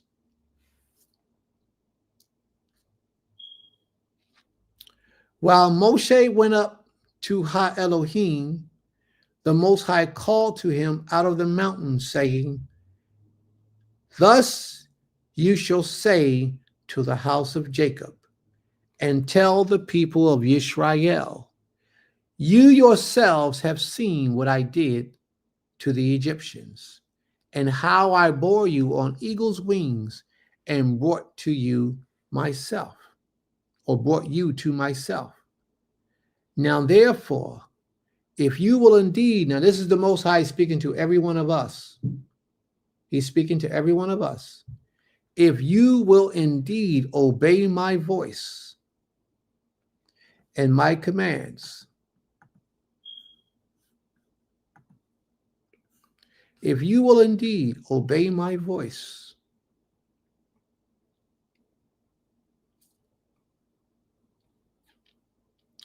and you would keep my commandments, if you will indeed obey my voice and keep my commandments, you shall be to me a treasured possession among all people, for all the earth is mine, and ye shall be to me a kingdom of priests and a holy nation. So many people teach this with a lack of understanding. So therefore, Prince is going to share it with you. This is how it goes. So many people say that the Most High says that we are a kingdom of priests. And he does. He says you will be a kingdom of priests, but there's things that you have to do before you can become that kingdom of priests. And the thing that you have to do is you have to obey my voice and keep my commandments. Then you should become a treasured people, and you will be a nation, a kingdom of priests, and a holy nation. So until we do these things, then we're not a kingdom of priests, and we're not a holy nation. Until we do the things that Yod-Heh-Wah-Heh says for us to do, and we begin to walk in his commandments, then we shall fit that description of being a kingdom of priests and a holy nation.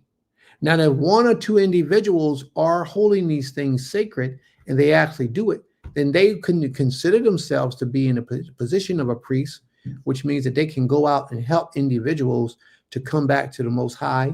They can be taught and teach the people of the Most High if they themselves are walking and living according to the laws of the Most High and obeying his voice.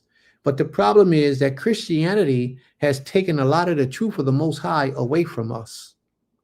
And it has replaced it with this person that they say died on the cross and redeemed us of our sins. Well, if a person died on the cross and your sins was covered and taken away, then that means that you can go do whatever you want to do through the earth because you already paid that price for those sins. If I go into an auto car dealership and I want a car, once I pay for that car is mine.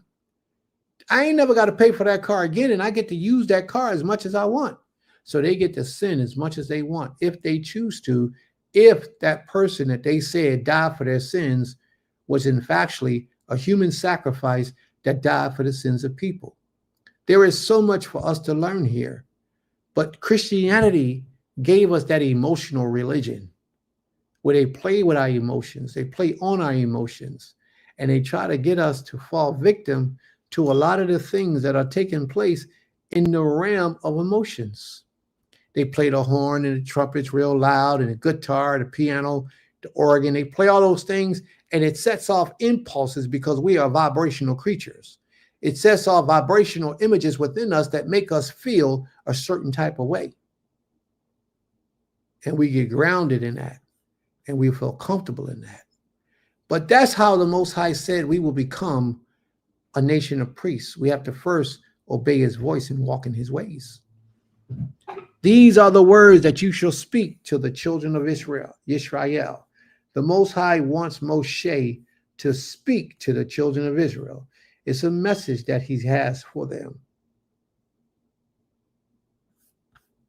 He has a message, but he wants Moshe to deliver that message.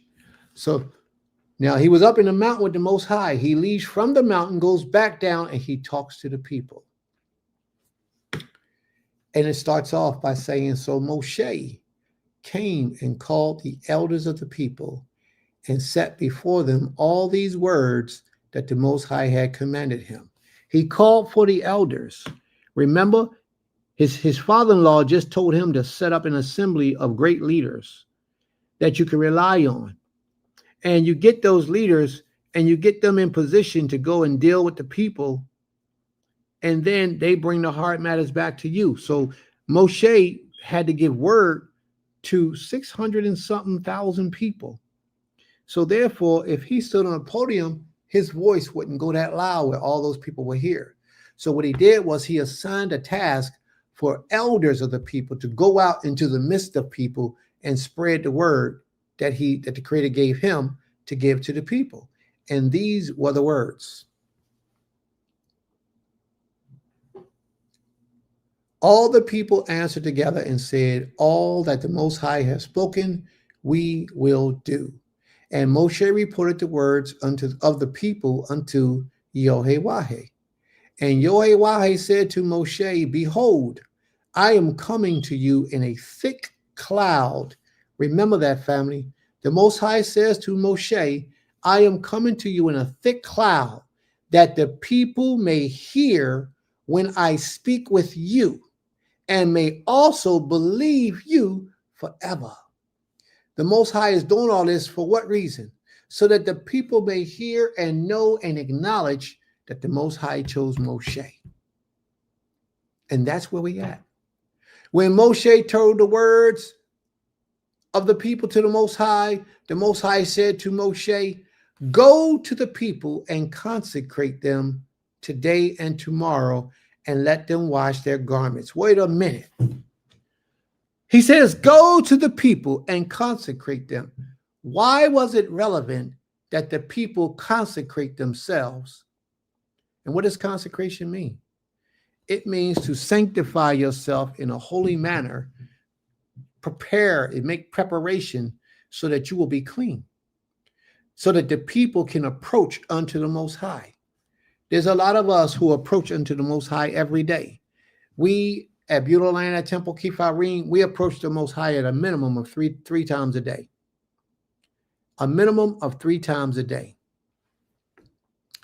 5 o'clock in the morning, 2 o'clock in the afternoon, and before we go to bed. So wherever we at in the earth, when it's 5 o'clock, we approach the Most High. We wake up out of our sleep. We even set our alarms for some of us who can't get up. We set our alarms. The alarm go off 5 o'clock in the morning. We get up and we make prayer.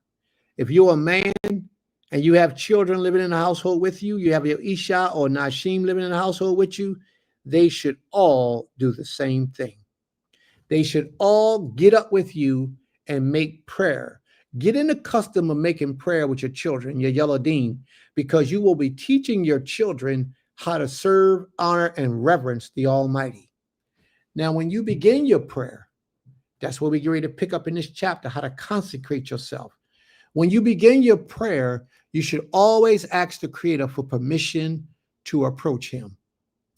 I myself, I say, Father, I ask for permission to approach your throne before we begin our prayer. You should always ask the Creator for permission because you could be in an unclean state. The Most High at this particular time that we're reading didn't want the people to approach him in an unclean state. So he says, separate and consecrate yourselves for 3 days. He's going to tell the men not to come near their women for 3 days. Why is it that you not to come near a woman? Because a woman could be on her menstrual cycle. And if she touches you, you ain't got no business making prayer. If your woman or your wife is unclean, or your daughter is unclean, in your house, she should have a certain chair that she sits in. You should not sit in a chair with her. If your wife is on her menstrual cycle, you should not lay in a bed with her. You should not even use the same toilet she uses.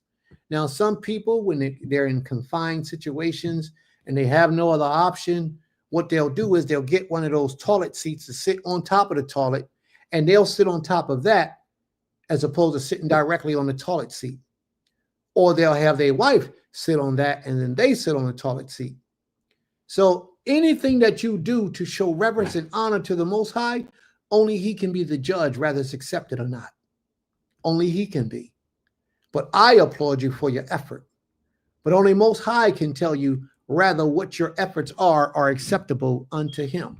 But you should never approach the Most High in prayer without asking Him permission to approach Him.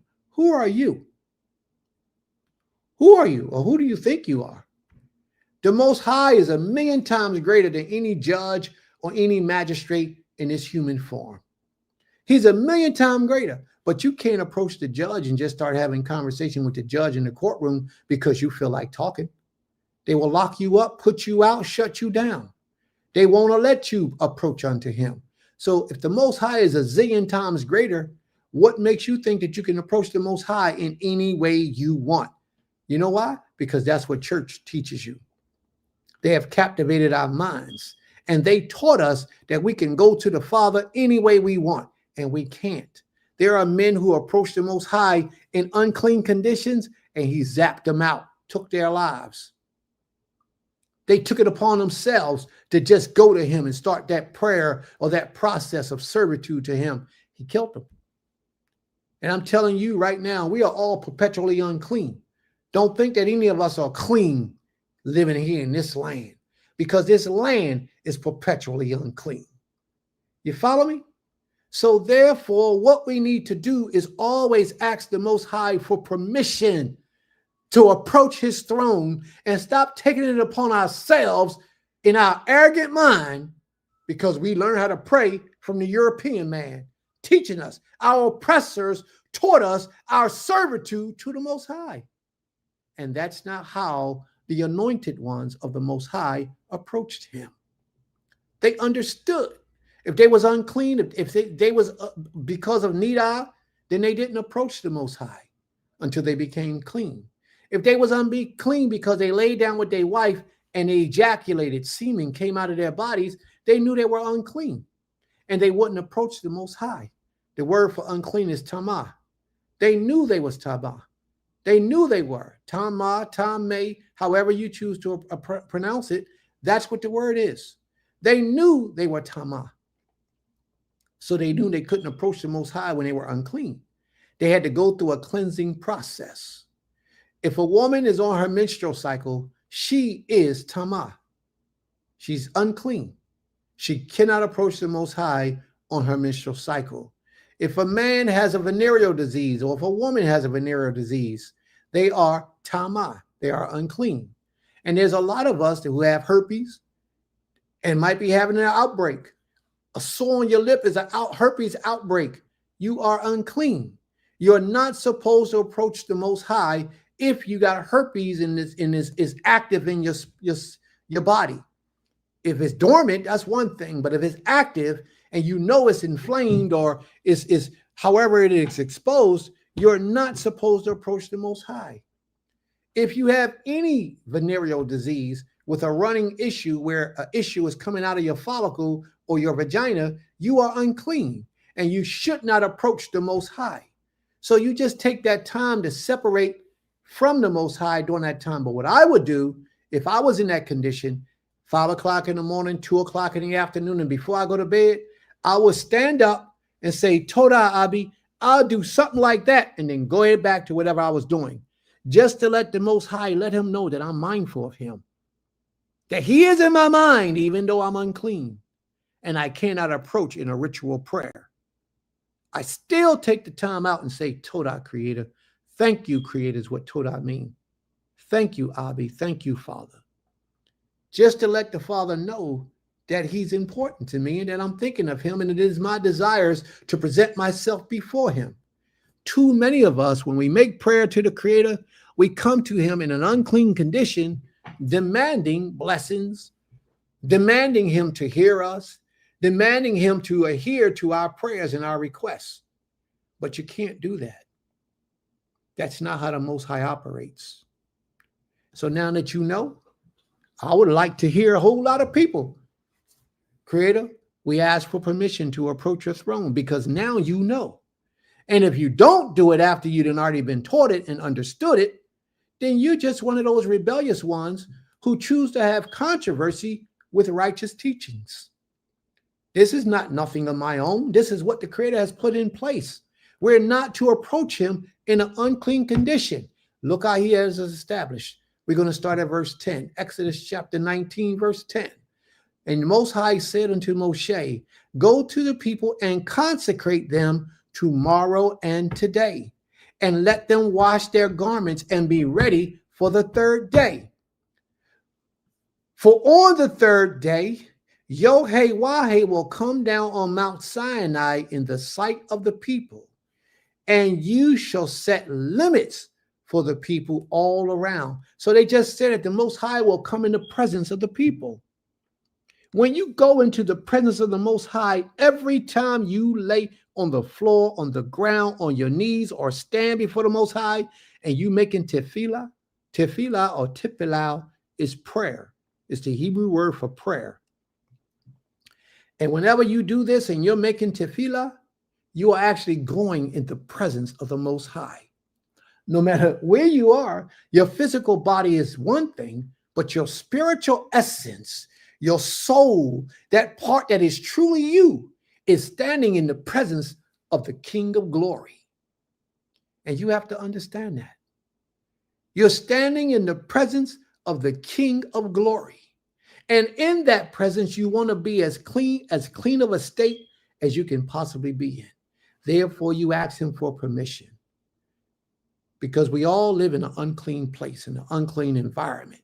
No matter how sanitary you are unclean just because of the land that you live in. So we should all be asking the Creator for forgiveness before we approach him in prayer.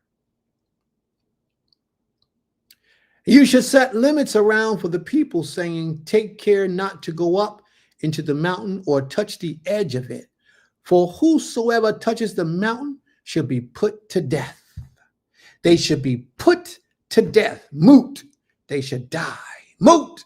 They should die. We have the brother, another great teacher here in the room with us today, Moreh Samak. Shabbat Shalom, my brother. May the Most High be praised and honored and blessed with your presence on this day.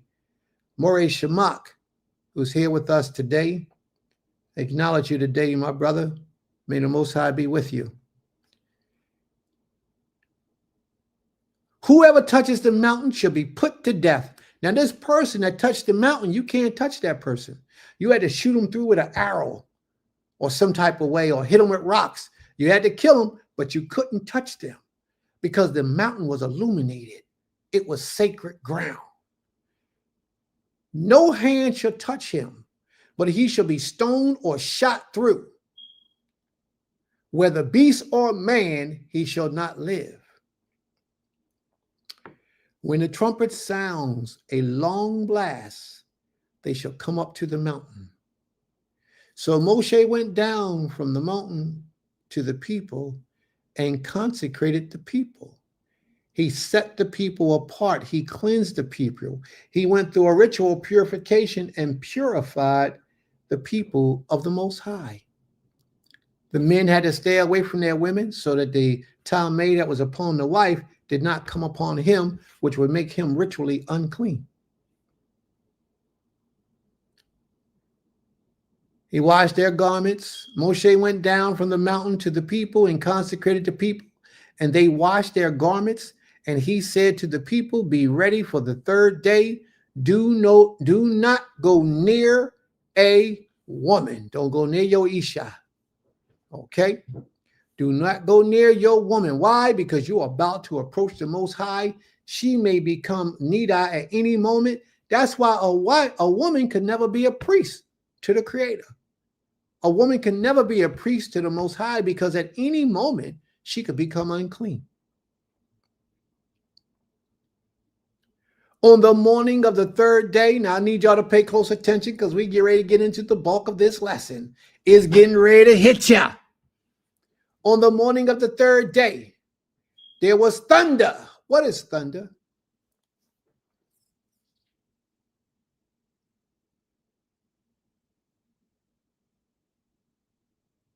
What is thunder? Thunder is a loud noise. What is a teruah? A teruah is a loud noise. Prince, you might be on to something. There was thunder and there was lightning. Now, lightning isn't a noise at all, but yet this lightning had a voice. Oh, we get ready to drop the jewels, y'all. Y'all get ready to hear something today, learn something today. You're going to experience something today that you probably never knew was present in the scriptures. Thunder, you know that's a loud sound. That's a cold. That's a teruah. And lightning, in this particular instance, lightning, barak at that particular chance, it's something you see. But this lightning has a voice. And you're not going to see that until later. We're in Exodus 19 and 16. That's where we are. Exodus 19 and 16.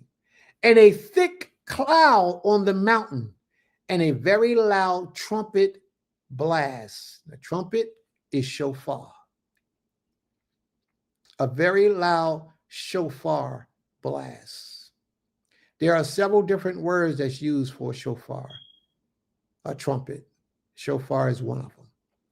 But watch, let's see what happens. A shofar blast. Now, what is a shofar blast?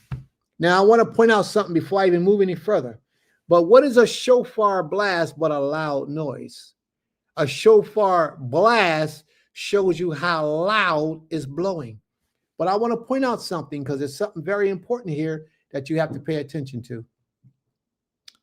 You see how where it says shofar and it says coal, right? It also says coal right here where it says thunder. So the thunder that we was hearing, that we were seeing the lightning, the thunder was a sound. So in reality, what it is a voice. It's a blast. That makes it a teruah because it was a loud noise.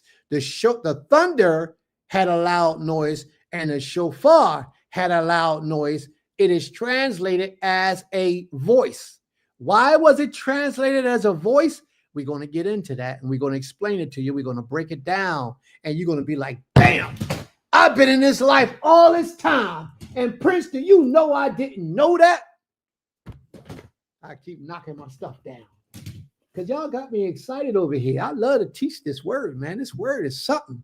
I like exposing people to things that they don't know. And a lot of these people have been teaching this and learning this for a long time.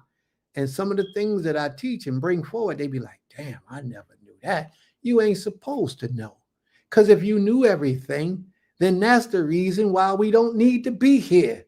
You understand? I was in Moray Samat class the other day. And one of the elders got up and she talked about how year after year, she's always learning something new in the same scripture that they just read the week before or the year before. She says, we read this every year and every year I learn something new. So I had the opportunity. They blessed me with the opportunity to speak. And I had to draw emphasis on that. If you didn't learn something new, that means you're not growing. That means that we're not growing. For the only things that stay stagnant are dead things. And we're not dead. We're alive. We have the Chai within us. We have the life of the Most High within us. So then we're alive. And the only way that we can prove that we're alive is that we're improving, we're growing, we're building, we're moving. So here we go. We're going to talk about what that call or that voice is later on. So that all the people in the camp trembled when they heard the thundering, the lightning, and they saw the dark, thick crowd. They all trembled. They were petrified. They were petrified so bad that they said, oh, Moshe, don't, Moshe, you speak to us, Moshe. Don't allow the Most High to speak to us no more. But that ain't the end of it. Watch what happened. The blast of the trumpet was so loud. The voice of the trumpet was so loud. The voice of the thunder was so loud. The lightning in the dark, thick mountain, everything was so profound. And a lot of people don't know this, but the children of Israel stood under the mountain. That means that the mountain raised up off the ground. They stood takat.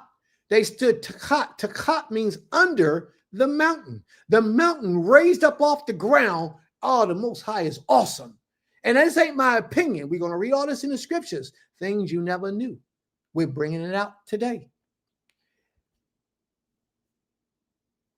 Then Moshe brought the people out of the camp to meet Ha Elohim, and they took their stands at the foot of the mountain. Now, see that word foot? The word in Hebrew is chati. Takati, that means they stood under the mountain. The mountain rose up. They stood under. That's why the people were so petrified. The people was fearful. They saw this great sight and they said, how could this mountain be on flame? All the thunders and lightning and that thick, dark cloud. King Solomon said that the Most High surrounds himself in darkness. King Solomon says that in 1 Kings chapter 8, I believe it's 1 Kings chapter 8, verse 12, I think it is. He said the Most High said he would dwell in thick darkness. That thick cloud was to protect the people so they didn't die from the presence of the Almighty. Takat means under. Look it up in Hebrew for you Hebrew scholars. Takat. They stood under. Har. Har is the Hebrew word for mountain. They stood under the mountain and they witnessed all this. Now, Mount Sinai was wrapped in smoke because the Most High had descended. What did it say? Because the Most High had descended on it in fire. Man, this is deep. Y'all got to put your minds at this place where the Most High is at right now. Imagine the children of Israel, your forefathers, us, because we are our forefathers. A lot of people don't know that. A lot of people don't understand that, but that's who we are. We was at the foot of the mountain, standing underneath of this great sight, watching all these things take place as it was in the sky. And the Most High descended upon it in a fire. The smoke of it went up like the smoke of a kennel, and the whole mountain trembled greatly.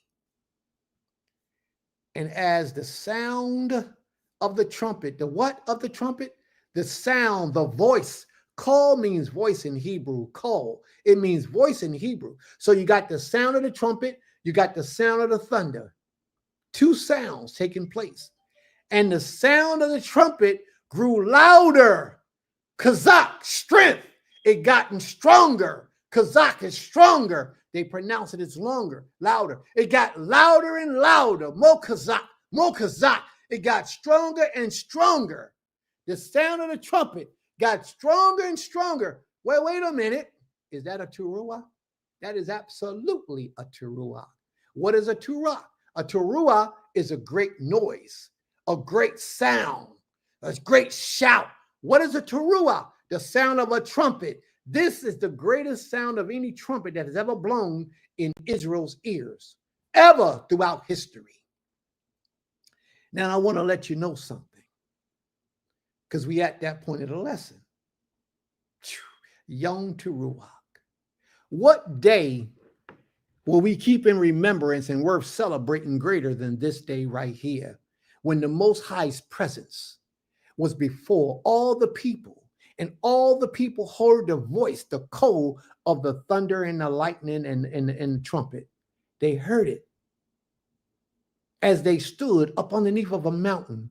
What day would be a more gracious day of remembrance than this day?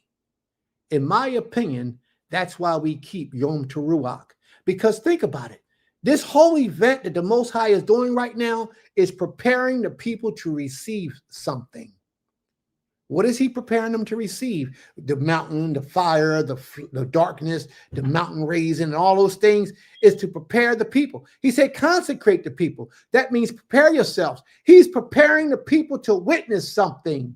And we're going to show you what they were being prepared to witness.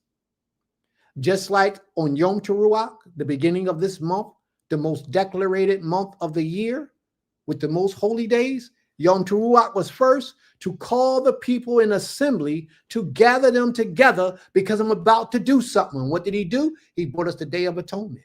And then he brought us Yom Teruach, Yom Sukkot. It makes sense. Yes, it's real. It's clear. The Most High had that trumpet blowing on Yom Teruach to get us ready to be forgiven of our sins and our iniquities, and to get on this fast that he needed us to get on. He needed us to get on a fast and to be purified and cleansed of our sins. And then we can have a celebration with the Feast of Sukkot or Feast of Tabernacles, when we can celebrate before the Most High and eat for 7 days. This king knows what he's doing. He prepares you to get you in proper alignment.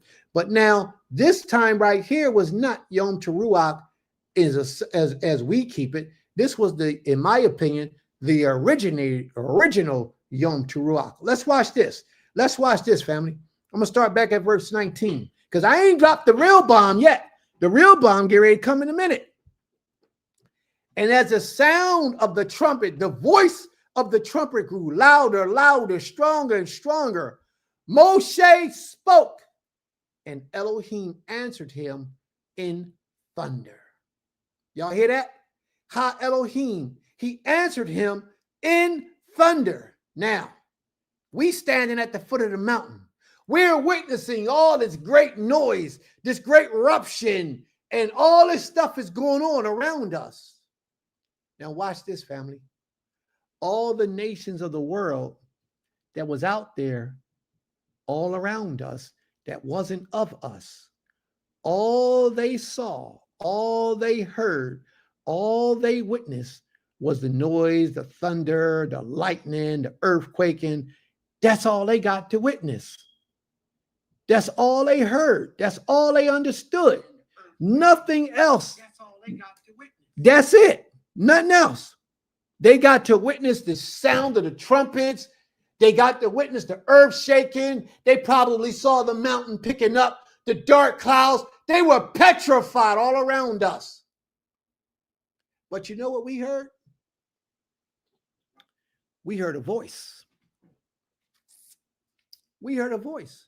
That's why it says, and the Most High answered Moshe in thunder. Do you know what the Most High said to Moshe in thunder in the sight of all the people so the people could witness it? What do you think he said? The Most High said, Wa'idaber Elohim et koil hadibarim ha'ele lemor. Anoki yo Eloheka hozeteka miretz mitzrayim mebeit abadim. Lo yihye leka Elohim akarim al panai. Lo ta'ase leka pesel temuna asher. You know what he said? He's recited the 10 commandments in the hearing of all the people to Moshe to give to the people. We witnessed the 10 commandments being given to us right here. Right here is when the Most High gave us the 10 commandments. We were standing underneath of the mountain. The earth was shaking, the lightning, the thunder, all that stuff. It frightened us so bad that we said, Moshe, please, Moshe, you speak to us. We don't want to hear the voice of the Most High no more. And from that day forward, the Most High always sent the people prophets to speak to them. Always sent them prophets. Because when he spoke in our presence, it frightened us so bad. Prince, that ain't no giving of the 10 commandments. You making that up, Prince. Okay, let's keep reading. Verse 20. What day do you think would be more greater to put in remembrance than the day when the Most High gave us the 10 commandments and how he did it? He did it in a special array. There was loud noises being broadcasted. But let's read on. Let's see if possibly Prince is right.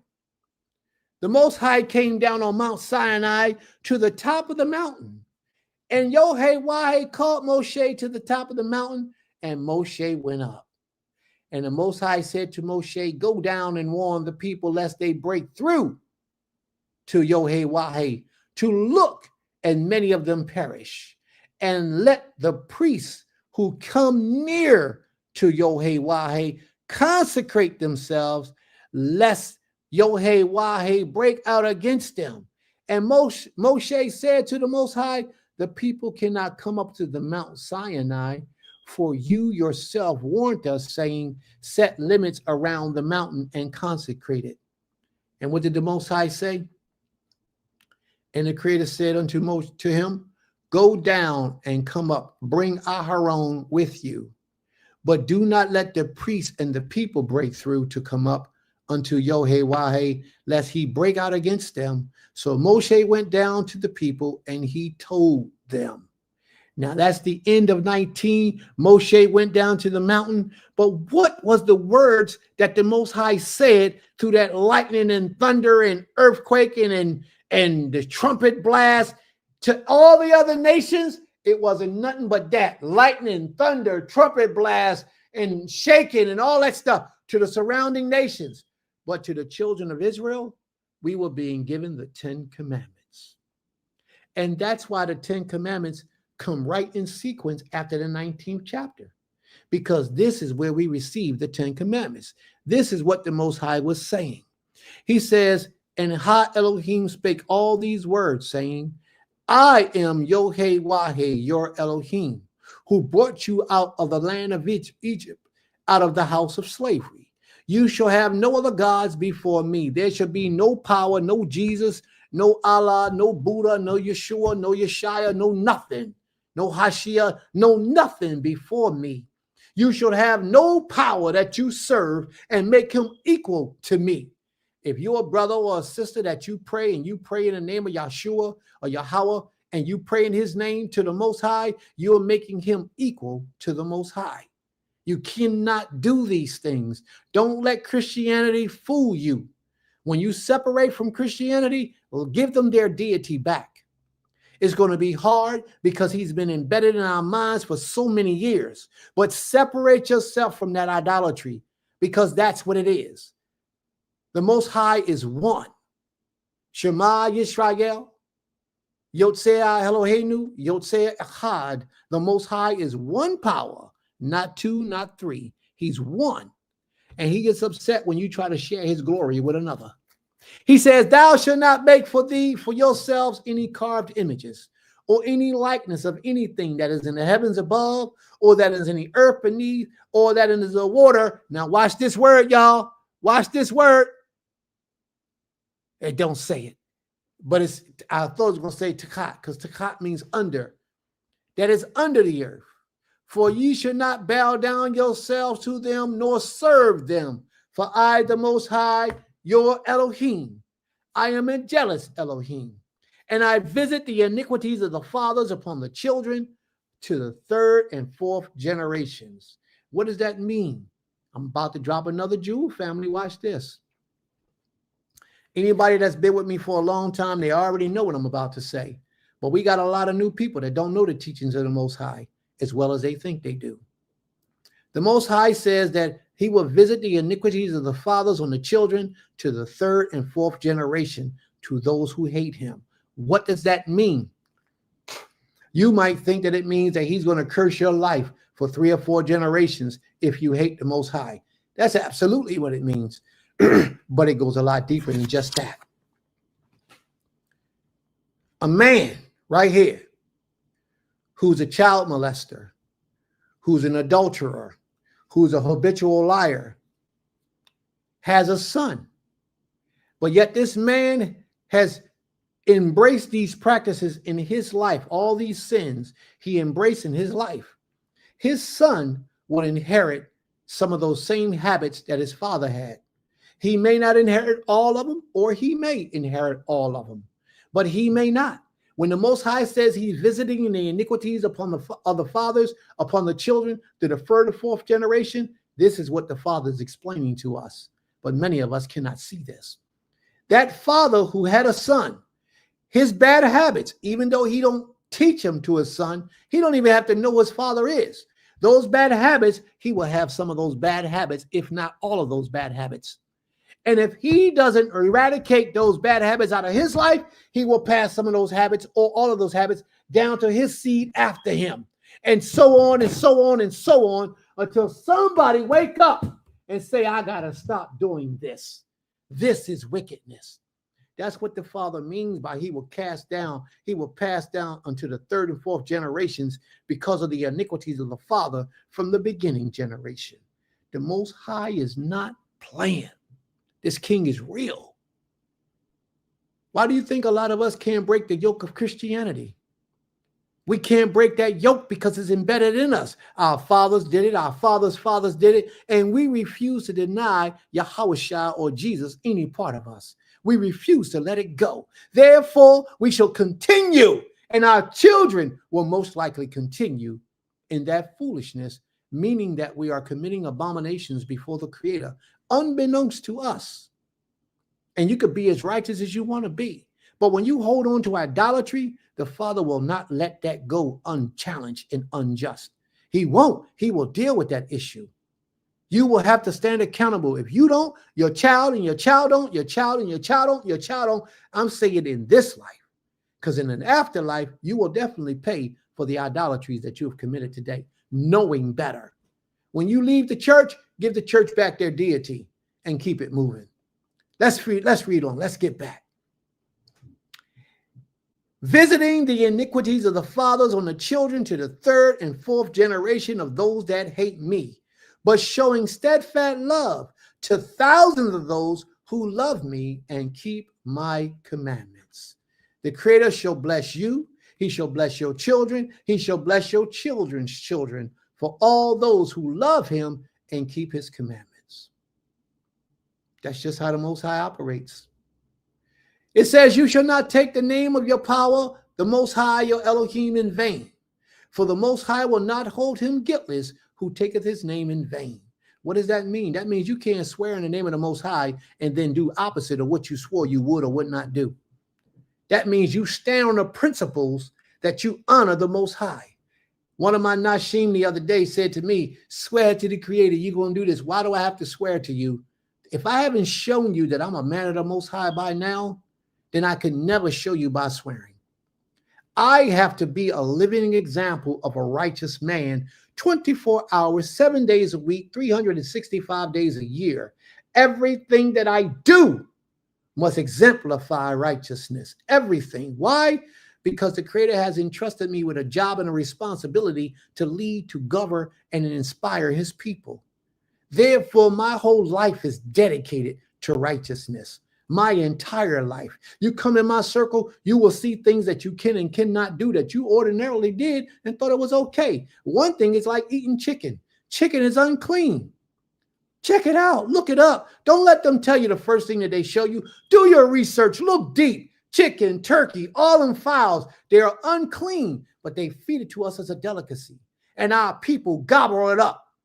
I was at an event, a party we gave for my mother the other day. My own children sitting down with a plate of chicken. And they know it's unclean. It's an abomination. We cannot do these things. And you're going to act like, I didn't know. You knew. You knew because your Abba teaches it. And you listens to your Abba's teaching. So I know you knew. You never seen it in our household. So therefore you know. Let's finish. You should not take the name of the Most High in vain, for the Most High will not hold him guiltless who lies in his name.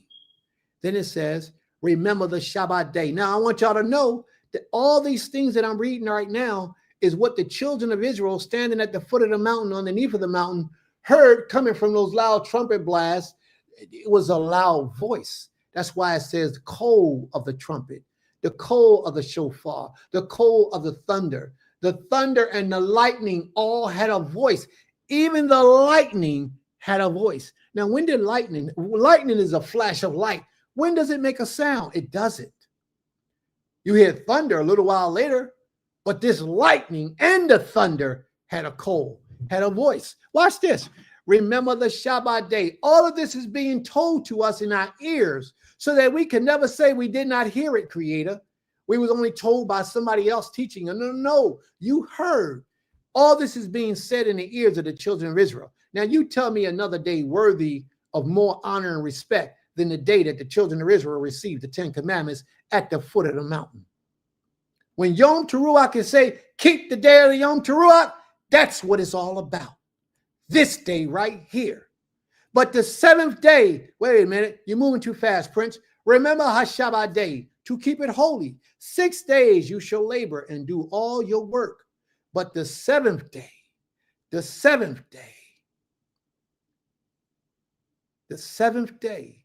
is the Shabbat of the Most High.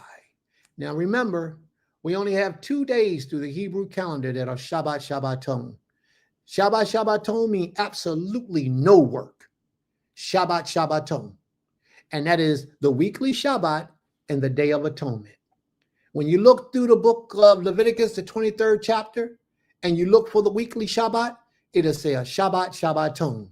You look through all the other Shabbatot that's there, it doesn't say that until you get to the Day of Atonement. It'll say Shabbat Shabbaton.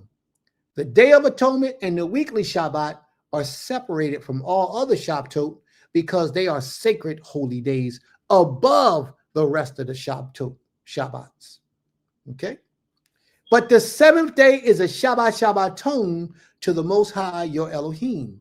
On it you shall not do any work, you, nor your son, nor your daughter, your male servant, or your female servant, or your livestock, or the sojourner who is in your gates. So if you have somebody who lives with you in your home, my sister Higdalia put this forward so beautifully, the opportunity that she got to express this. When you have somebody live in your home with you, in your home, they have to keep the Shabbat. And you should let them know before they come in your home. If you don't keep the Shabbat, you can't come here. But when you here with us, you got to live like we live. And if you want to eat food that we don't eat, you got to eat it out in the streets. You can't bring it in my house. You can't, because they will bring a curse upon your house if they do these things. Here we go. Exodus 20:11. For in 6 days the Most High made heaven and earth, the sea, and all that is in them, and he rested on the Shabbat day. Now I want to bring something to your attention, family. If you go back to the book of Genesis, the 1st chapter, and you read the whole creation story, and you stop at verse 2, you will never see Yod-Heh-Wah-Heh doing any of those works. You know why you will never see it say Yod-Heh-Wah? You always see in Ha Elohim, Ha Elohim, Ha Elohim. Well, you always see Elohim. I don't even think it say Ha Elohim. It says Elohim. You always see Elohim. You don't never see Yod-Heh-Wah-Heh until the 2nd chapter. On the 2nd chapter is when Yod-Heh-Wah-Heh begins to be presented, and Ha Elohim begins to be presented. Because the 1st chapter, the creation story, things didn't necessarily go that way. That was the way that it was written down and suggested to the creator for it to be. But as you read the 2nd chapter, you will see things went a little bit different. But the 1st chapter is the Elohim doing things, not the Most High. Well, Prince, what do you mean, the Elohim? Then who is Elohim? Elohim is not necessarily the creator. When you read through scriptures, when you're referencing the Most High, it'll usually say Ha Elohim and not just say Elohim. You got to be able to read the Hebrew. Like, for example, in Genesis, the 6th chapter, I believe it's the 2nd verse, and it says the daughters of Yod-Heh-Wah-Heh, or the daughters of God, they will say, the daughters of God saw the daughters, the son of man saw the daughters of,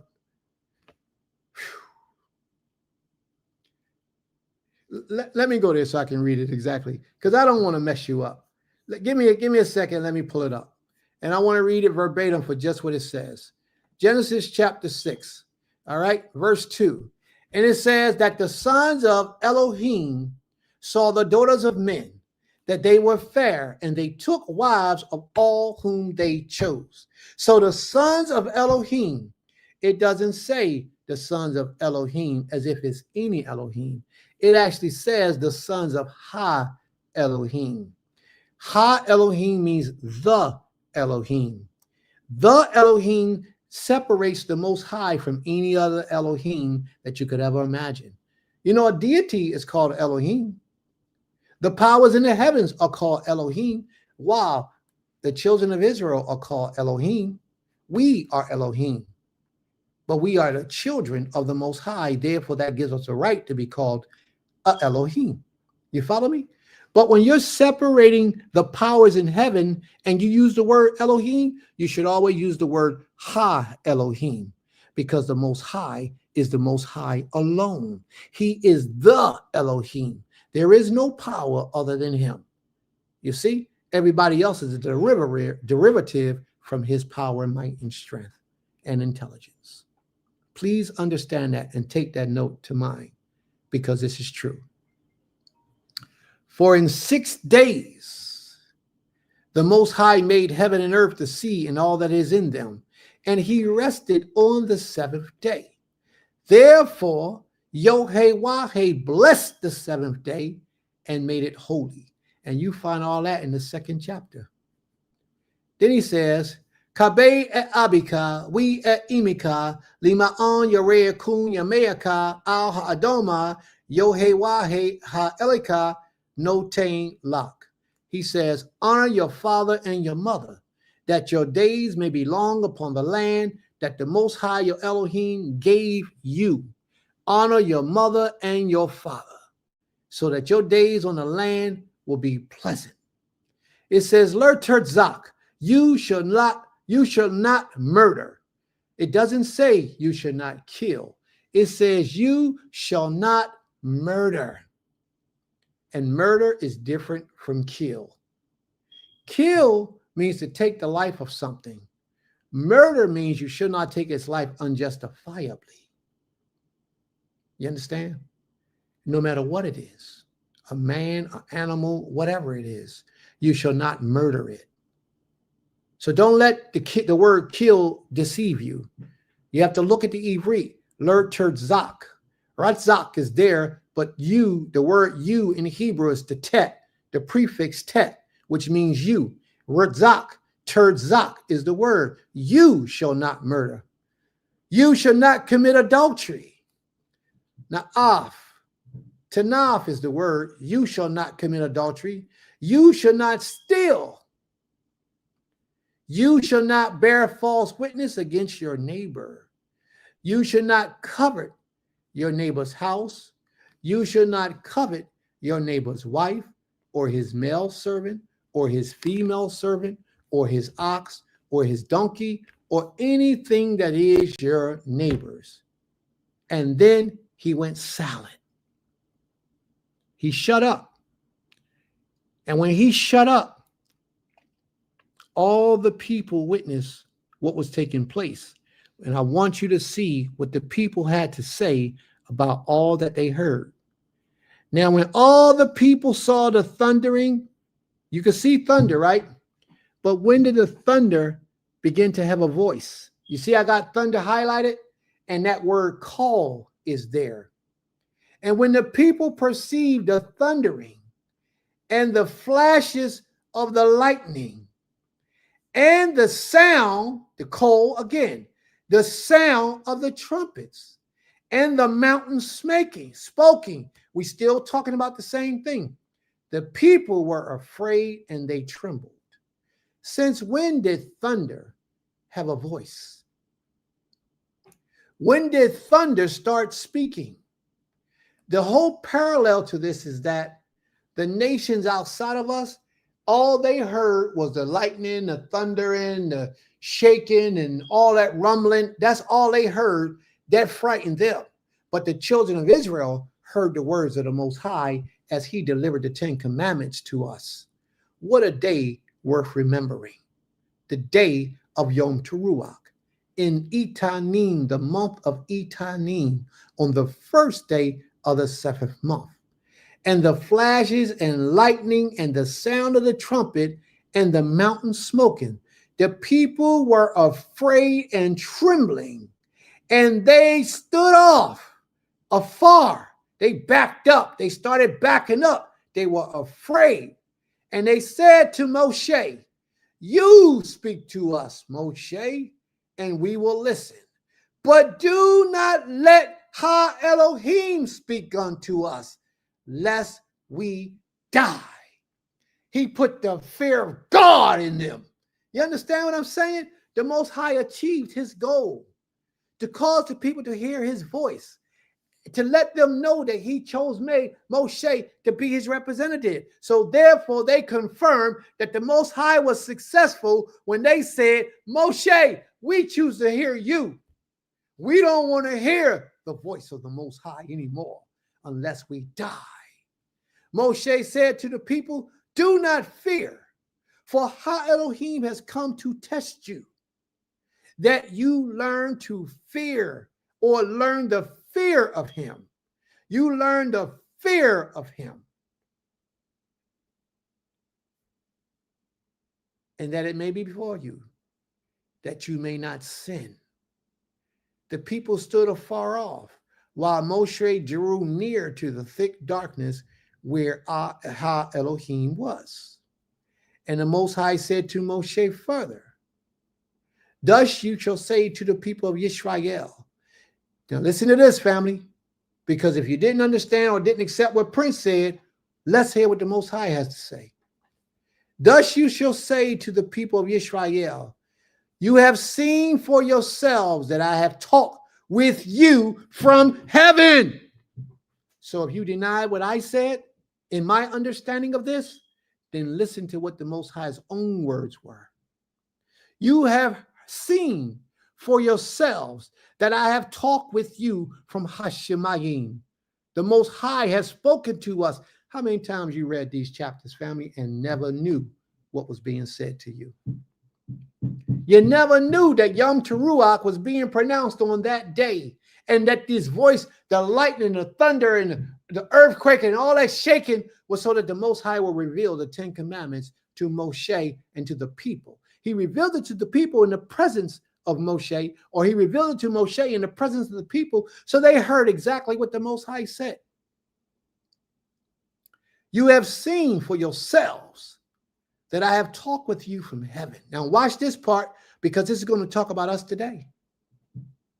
You shall not make powers of silver to be with you, nor shall you make for yourselves powers of gold.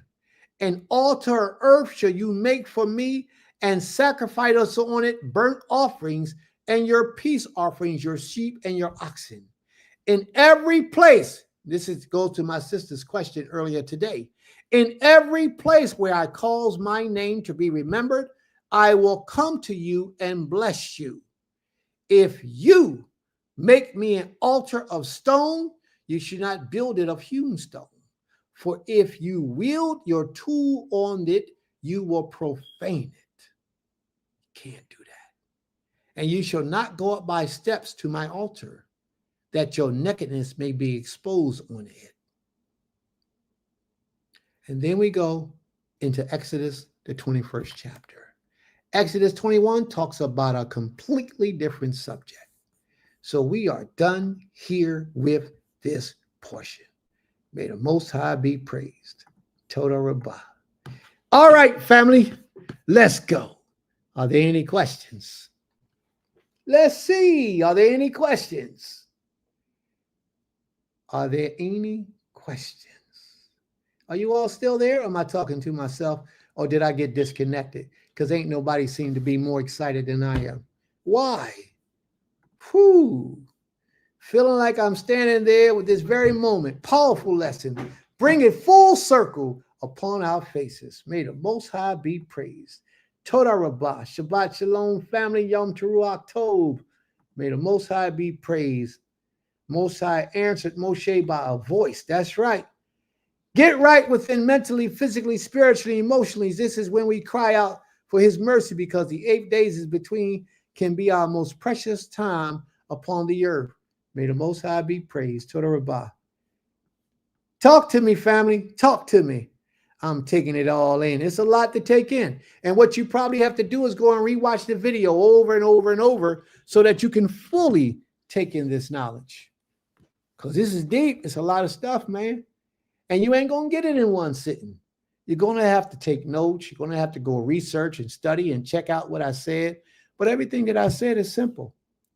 The Most High said it himself that he was speaking to us.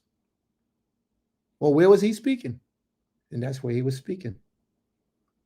The Most High did all this, family, not Prince. The Most High put it in the scriptures, but sometimes you don't take the time, and this isn't for you, but it's for you.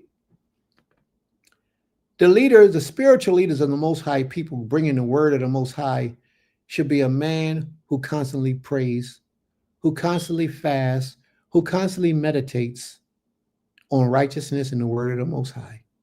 Like right now, I'm on a fast. We've been fasting the whole month of September. We've been on a fast. And my wife, my Nasheen, is also on that fast. And some of the people in the audience have joined us in this fast. I don't know if they're still doing it. If you are, you in the audience, you still fasting, speak up, let it be known. But a lot of us are fasting since September 1st till today. Some of us are fasting from no food.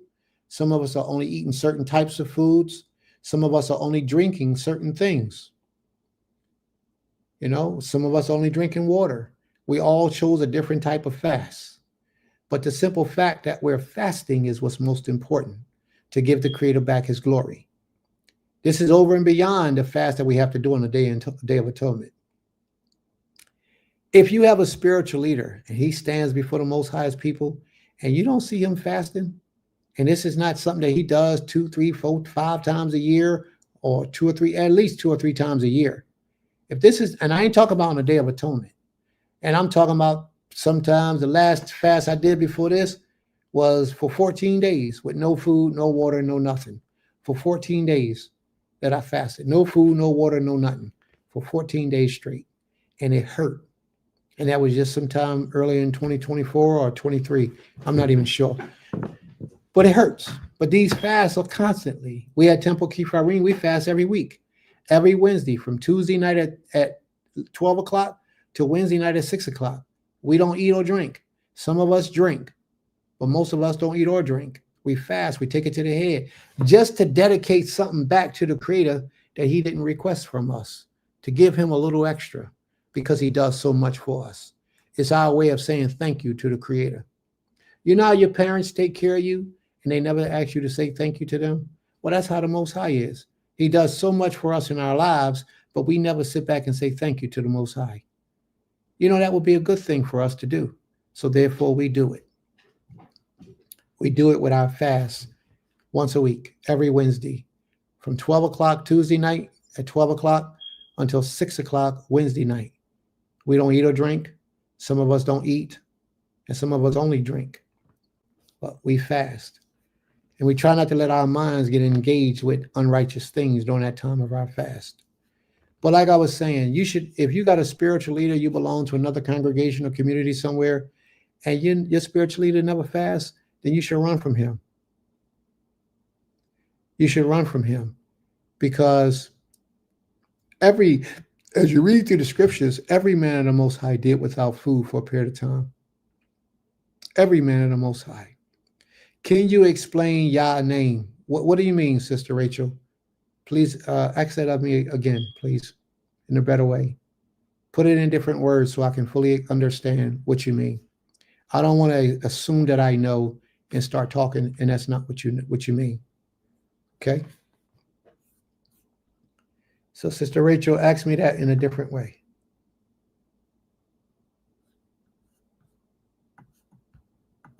Okay. So your body must go through like a detox. Absolutely. Absolutely. Do you know when you're fasting from food, you're not just detoxing your body from strange chemicals or foreign substances or illnesses or disease, which you are. You're not just fasting your body from those things, but you also purifying your spirit from unclean spirits that has entered into you. That is a way for you to build up a defense against unclean spirits that have taken hold of you. Did you ever notice how when you go on a fast for a period of time, you become more pleasant, more peaceful, more righteous? You ever thought about that? It's because those spirits, those wicked spirits that's up on you, is separating from you. My wife got on here one time and she felt lighter. She felt lighter since she'd been fasting. Yeah, because some spirits that was laying dormant in you that you didn't know was still up in you was exiting the place because you were fasting. You were being more disciplined. And the more disciplined you are, the worse you are in unrighteous acts. Right? All right. So yes, that's the answer. Absolutely. So Yehovah is, I don't understand. Please explain. Are you asking me to explain what Yehovah means? Yod-Heh, Wah-Heh? Is that what you're asking me to explain to you? Sister Rachel?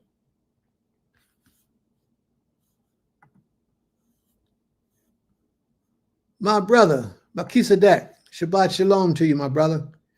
Sister Rachel, is that what you're asking me? Yes, okay. All right, let's put that up there. All right, yo, hey, wah, hey.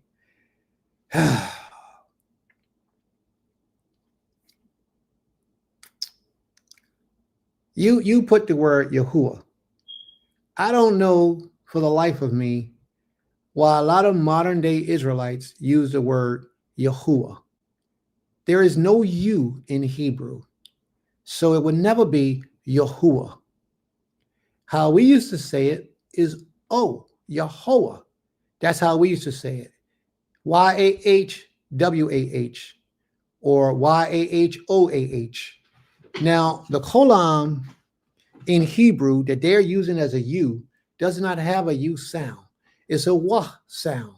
So therefore, if anything, if you're going to use that name, you would use it Yahweh or Yahweh, Yahweh or Yahweh or Yahweh.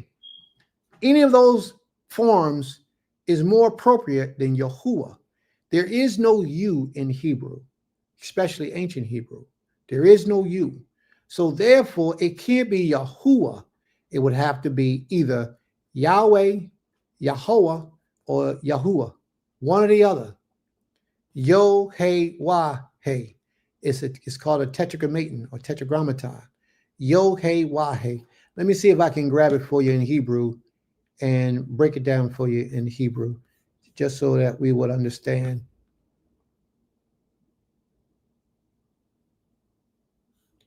Okay. All right, I got it in Hebrew. Let me see if I can share. Let me see if I can share so we can all see the screen as I break it down. Let me see if I can share it. Okay? Because this is important. These are the type of things that our teachers should have been teaching us many years ago. All right. Now you see this down here. Can you see my mouse, my cursor? Okay. It says right here. And Yohe-Wahe, Yahuwah, as you just said, my sister, Yahuwah. It should have been Yehovah or Yahweh or something of that nature, and I'm going to show you why. And the Lord, as they have it translated, the is never there, so it's something that they just put in there for you. And the Lord said, my spirit should not always strive with man, for that he is flesh, yet his days shall be 120 years. Now, and the Lord, Yohe-Wahe. Now let's go up to the Hebrew where it says 6 and 3. Y'all see me right here? Okay. Wayomer means, and he spoke. It's past tense, and he spoke. Yohe-Wahe. Now this is the word that is translated as Yahuwah. Okay? Yod-Hey. That's Yah. Wah. See that letter right here? This Wah, this little simple letter right there that I'm over top of, it's called a kolam. In ancient Hebrew, that letter is a Wah. So and then there's a Wah and a Hey. Put a W and a H next to it, and what's the word? Wah. If you pronounce it, it's Wah. You don't have to put the A there. WH by itself is Wah by itself. So the Hebrew word is Yohe-Wahe. And you find that in a concordance under this number right here. What is that? 3068. And they say that word is the Lord. The language is Hebrew. All right. Yohe-Wahe, they say is a noun. They say it's a proper noun. But you will not find that word being pronounced Yahuwah by anybody who speaks proper Hebrew. You will not. The people who say Yahuwah is mistaken. It should never be Yahuwah. It should be Yahweh. It should be Yahuwah. It should be Yahweh. If anything, I myself don't use the name at all. I don't say the Creator's name as most people do, or most the children of Israel, most Hebrew Israelites. And I don't do it because I don't want to defile his name. I don't want to mispronounce his name. I don't want to be disrespectful to the king. So therefore, I don't use the Most High's name at all. I use attributes like Father, like Yotzeh. Yotzeh means creator. You know, I use attributes like the Almighty or El Shaddai or El Elyon or Ha Elohim. And Ha Elohim can be found all throughout Scripture. Ha Elohim. Those are the ways that I approach the Most High and speak to the Most High in that manner, because I don't want to be disrespectful to the king. And I definitely don't want to approach the Most High with my uncleanliness upon me and just start talking as if I know or I got the right or the authority to approach him. I'm not foolish like that. Others may be, but I'm not. All right. So here goes Genesis chapter 6, verse 2. And we read this earlier, and I want to point out this point to you. You see how it says, and the sons of Elohim saw the daughters of men, that they were fair, and they took them wives of all whom they chose. Now watch this part. That the sons of, it doesn't say the God. It doesn't say the God. So why up here in Hebrew does it have a hey, which means the? That hey right there means the, before the word Elohim. Why does it say Ha Elohim? And look how they break it apart right here, because they let you know that this is the prefix. This letter right here means the. This is the word which means Elohim. So they're telling you Ha Elohim. Why would they have to bring out a distinction in Elohim? They have to bring out a distinction because the Most High in him and him alone is the Elohim. He is Ha Elohim. And you need to know this because you're so busy praying and talking about Elohim, not fully understanding that you could be talking about any power in the heavens, not necessarily speaking about the Elohim. You follow me? The Elohim, not just any Elohim. So I don't use Elohim. I use Ha Elohim in reference to the Almighty every time I can or whenever I can control my speech. I use Ha Elohim because he's the only one, and then we know what we're speaking about. Whenever you singleize a plural word, you're only talking about that one thing or the thing of all those things. So Ha Elohim means the power and not just a power like Elohim. Elohim means a power. It could be anyone. That's why when you read the book of Genesis, all through the book of Genesis, the first chapter of the book of Genesis, you read Elohim and it says, Elohim, Elohim, Elohim, Elohim did this, Elohim did this, Elohim did this. It never says Ha Elohim did anything. Never says Ha Elohim did anything in the heavens, the earth, or anything in the first chapter of Genesis. And let me share that with you. Let me show you. So Elohim did not create as you so think he did. Ha Elohim did not create as you have been taught. All right, here we go. Genesis 1:1. Bereshit bara Elohim. Where's that word at? Ba. There is no ba there. There is no ba because it's not talking about Ha Elohim. It's talking about Elohim. The powers in heaven did all this. And what they did was they brought a plan to the creator. And the creator had to sanction it. And the Most High sanctioned it. And in the second chapter, you see the changes that he made from what he didn't like about what they did or what they introduced. So there we go. And I pray that you all understand. If you don't, then ask your questions. And if the Creator allows it, im yotzeh yotzeh, if the Most High allows it, I'll address those questions. So where we at, family? What's next?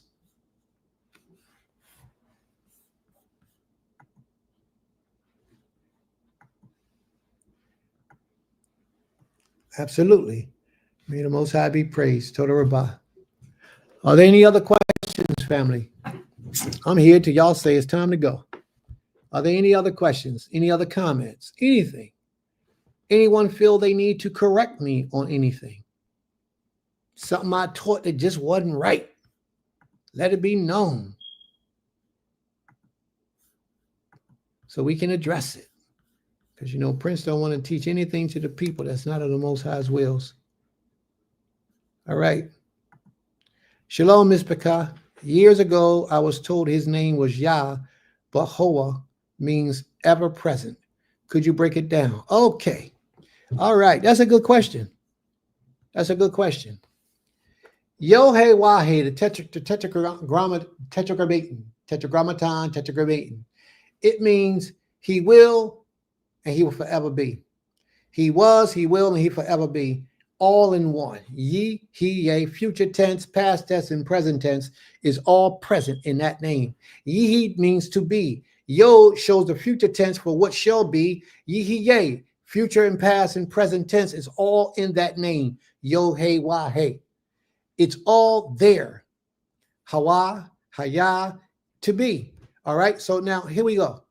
Yo, hey, wah, hey. It means he who was and will to be. Whatever he chooses to be, whenever he chooses to be it, he will be there. There is nowhere where he wasn't, and there was nowhere where he will not be. Even in the present time, he's here with us. That's what it names breaks down to. Yo, hey, wah, hey. That's what it breaks down to. He who was and always will be. He's both past and present and future tense all together at the same time. And all that is contained in his name. And just the power of his name, there has never been, never will there ever be any other name that has the past, the present, and the future all wrapped up in one, except the Most High's name. So when you was told Yah, but Yahweh means ever present, you are absolutely right. Yo, hey, wah, hey, yo, past, present, and future is all wrapped up in the Most High's name. He's the omniscient one. He cannot be confined with time, space, and things like we can, or any other deity, any deity, because he's not a deity. But he can be confined like they could be. That's how when people say that he came in the form of a man, the Most High could never come in the form of a man. If the Most High came in the form of anything, that means that everything else would cease to exist.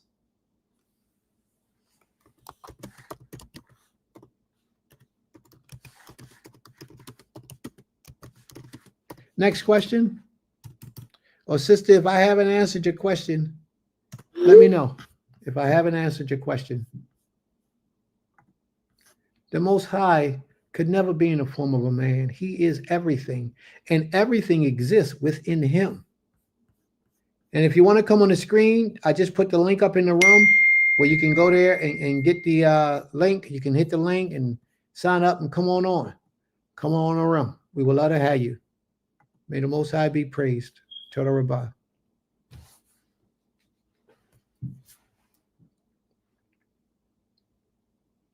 Are there any other questions or comments? Sister Ovadia, if you feel I haven't answered your question correctly, please let me know.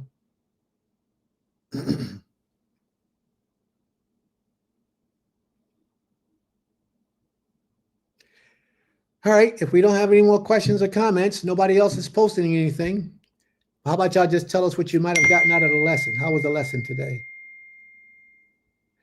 Oh, Vadia. Oh, let me see that picture.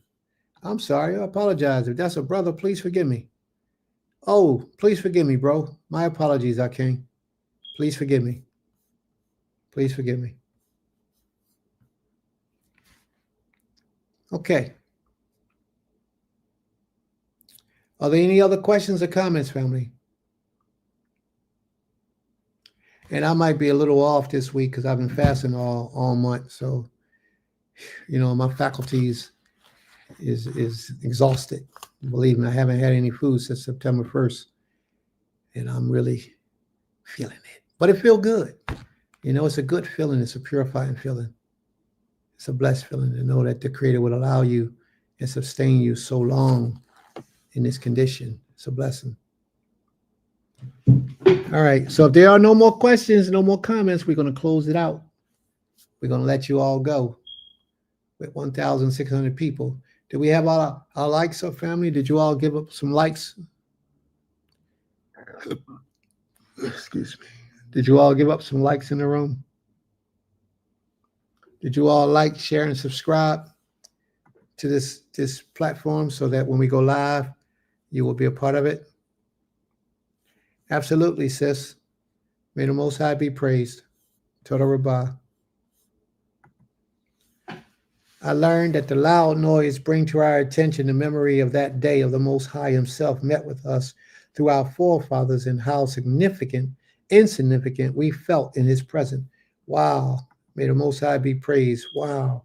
How does fasting on this holy day line up? Can you show me? Who said you have to fast on this holy day? No one said you have to fast. Ima, you do not have to fast today. You just can't cook. You have to wait until the sun goes down to be able to cook. But you can eat today. You don't have to fast today. I pray that you understand that. So don't be in there denying yourself of food when you really can eat today.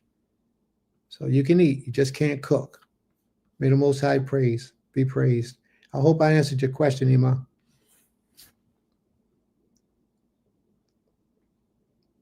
And Katir, you got the point. That's exactly what this is about. This is the point. That's what it's about. All right. A great blessing. Thank you for your lesson and time. May the Most High be praised. But that's what I'm here to do, to serve the Most High's people. Lots to relearn. Well, I would agree, but that's how it is. When you want to worship the Most High, that's what happens over and over and over. What version of scriptures are you reading, please? Well, I like to read the Hebrew. I mean, I like to use the Hebrew version, but you can read any of them, the ESV, the King James, whatever version is easiest for you. But learn to read Hebrew. We got a dynamic Hebrew teacher that will take the time to teach you Hebrew.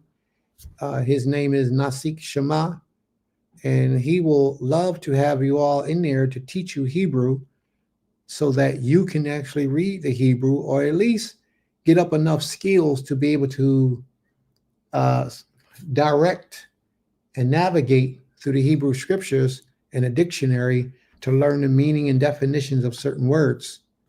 So if you are interested in that, you look him up, Nasik Shema. And or you hit me up and I'll send you his information. Contact me on Facebook, Instagram, or somewhere, and I'll send you his information so he can begin the process of teaching, including you in on his classes of teaching the earth how to read and write Hebrew.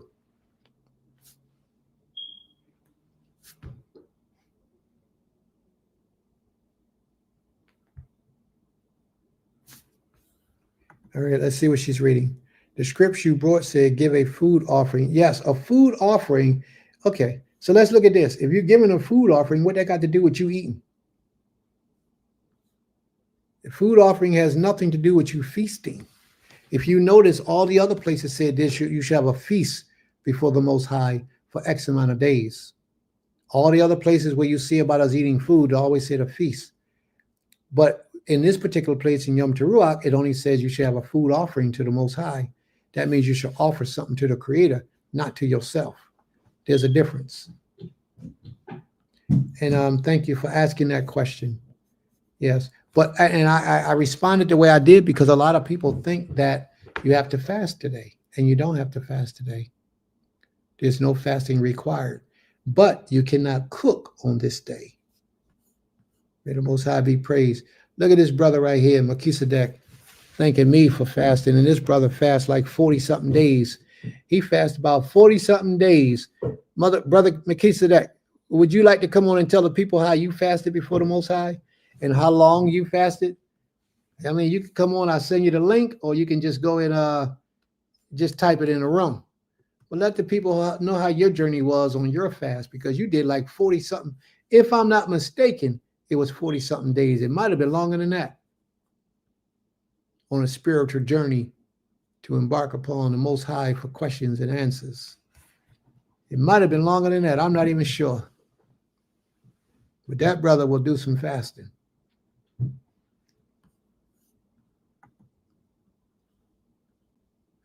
I never heard fasting on Yom Teruach. Okay.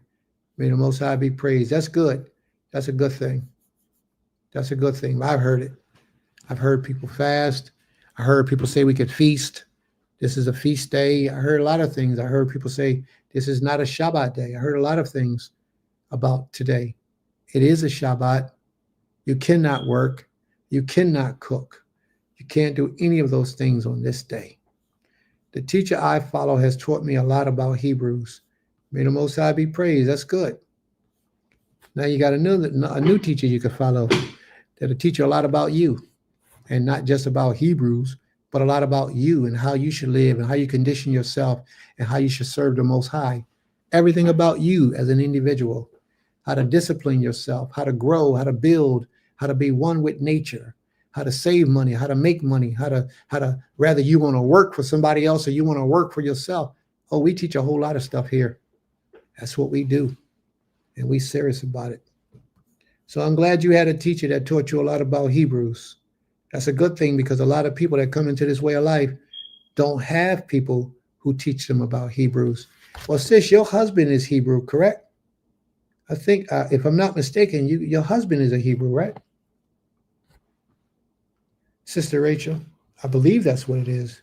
I'm not sure, but I thought I saw something of that nature on your page. May the Most High be praised. And if not, so be it. It doesn't matter. May the Most High be praised. The important thing is that you're here learning about the Creator and trying to do all that you can to serve Him. 91 days last year and 40 days this year. See what I mean? That brother is deep. I agree. Grateful for your channel. I'm a babe. May the Most High be praised. To the Rabbah. Ima says, that's why it's important to read and pray for understanding, because I've been around so many teachers that teach according to their understanding. Absolutely. And their understanding ain't got nothing to do with the truth. In a lot of instances, their understanding ain't got nothing to do with the truth. And all you need to do is crack the book open and look, and you'll see something different than what they understand. But not enough of us will crack that book open and look for ourselves. May the Most High be praised. He isn't saying you have to fast. He's saying you can't cook. It's not a feast. I think this is I think the misunderstanding is because he was saying he is in a fast. However, it doesn't have anything to do with the Yom TERUACH. May the Most High be praised. To the Rabbah. Yeah, we've been on a fast for 30 days, almost 30 days. Next Tuesday, I think, is the end of the fast. And boy, do you feel it. Yeah, may the Most High be praised. All right, are there any other questions or comments, family? I enjoy the dialogue. I really do, the participation. And what I hear about our room is that people like our room because it allows the audience to get involved with conversation, to voice their opinion, to dialogue with us. We never seek to close anyone out. You know, if you have something in your spirit that you need to say it. It's only best that you do. All right, that way you will be heard. May the Most High be praised. Is there anyone else here who would like to ask a question or comment or say anything? I'll put the link in the room for anyone who wishes to speak. If not, we're going to close it out.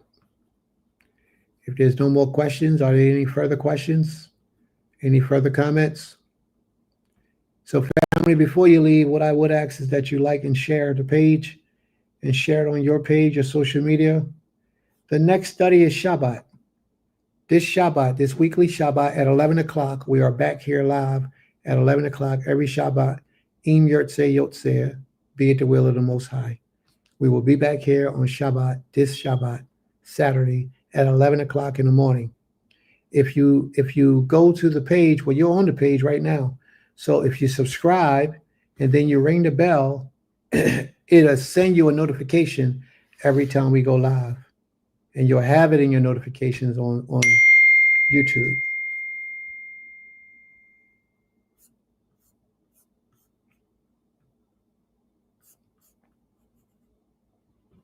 All right. Ima, I need you to do something for me. I can't communicate with these people, Ima, but I need you to lock Laban up.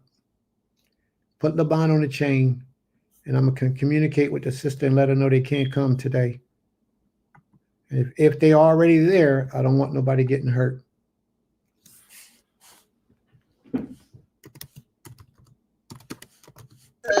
Yes, it is.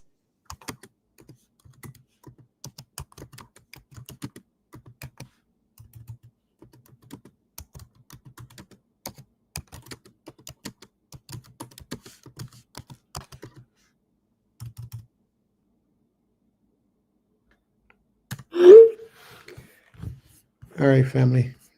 We got something taking place. Some people working on our land, and we didn't inform them that they couldn't come today, so they didn't know that they couldn't be there, and they just asked me for the code so they can get on the gate. But we can't give them that because today they can't come on the land and do no work. All right. So the next study is this Shabbat. If you go on, ring the bell, subscribe, and ring that bell, it'll let you know when the next class is coming up. Every time we go live and set it up, it'll hit it.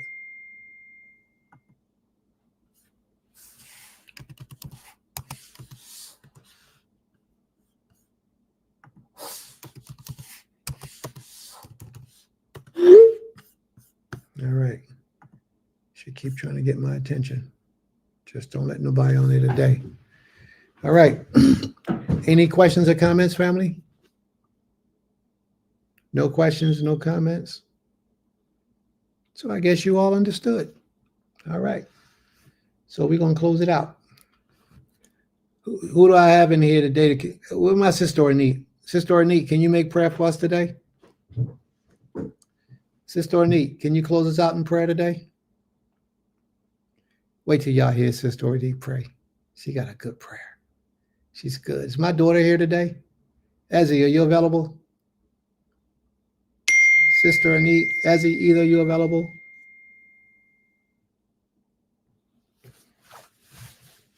No? Neither of you are here today? Okay, no problem.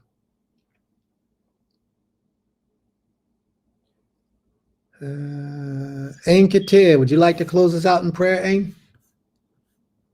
I'm trying to get somebody different to do this today. Ain Katir, would you like to close us out?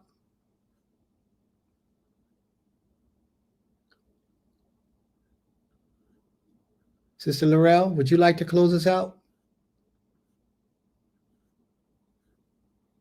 Brother Kezu, are you available? Would you like to close us out? Sister Higdalia, would you like to close us out? Come on, y'all. Somebody let me know now. Would any of you like to close us out today?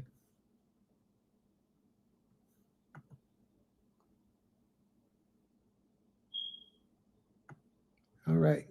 Nobody want to close us out. All right, family. Let's go. All right, let's go. Now, what we do is we turn the lights off when we make prayer. From the reading, even today, it says that the Most High dwells in thick darkness.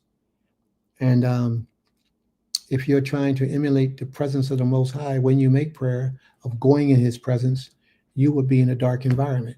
So this is why we turn the lights off.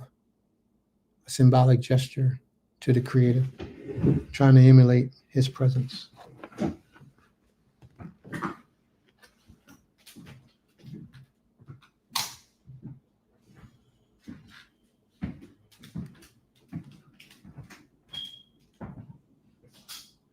Oh, Yotze, our King, our Master.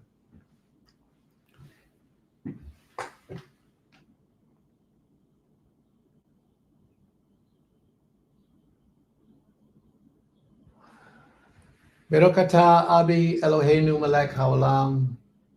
Asher Bahar Banu Mekoil Ha'amin. Wenotein Lanu HaTorah. Wenotein Lanu Mishpachah Shali Kol Yisrael. Wenotein Lanu Hashaba Hazeh. Toda Rabbah Abi Kikoya Otanu Abi. Toda Rabbah. Great and mighty King, Master of all creation, we ask for permission to approach unto your throne.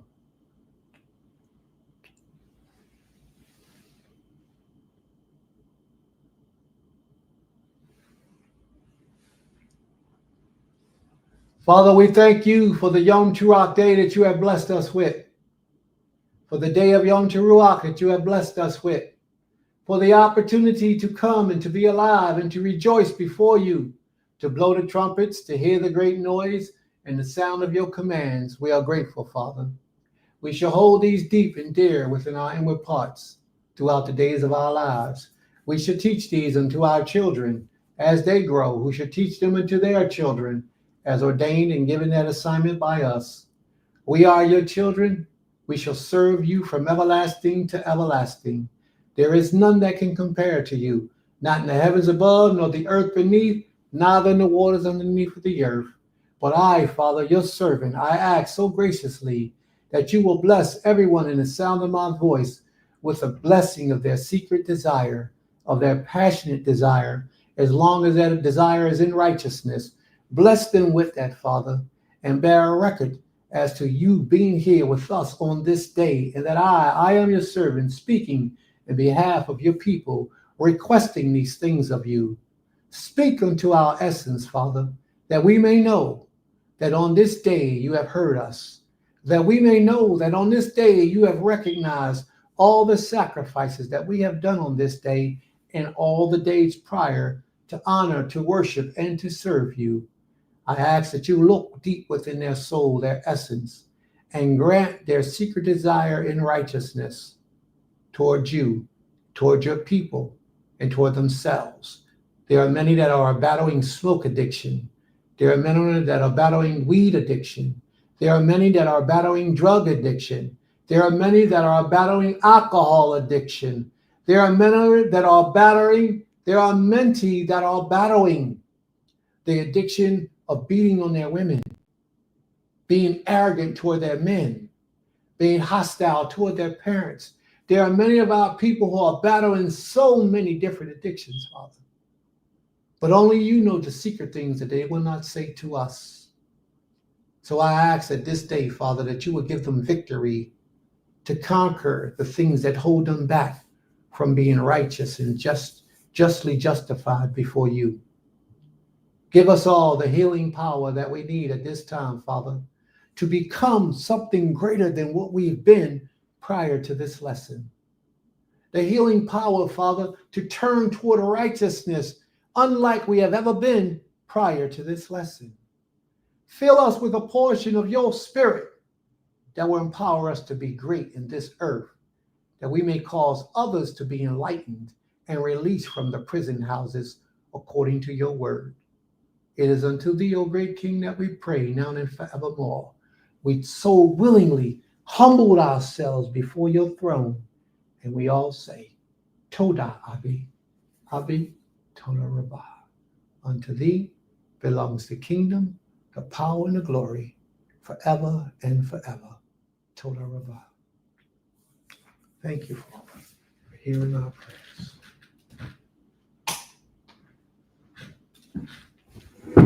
I just don't like to be the one who has to always pray.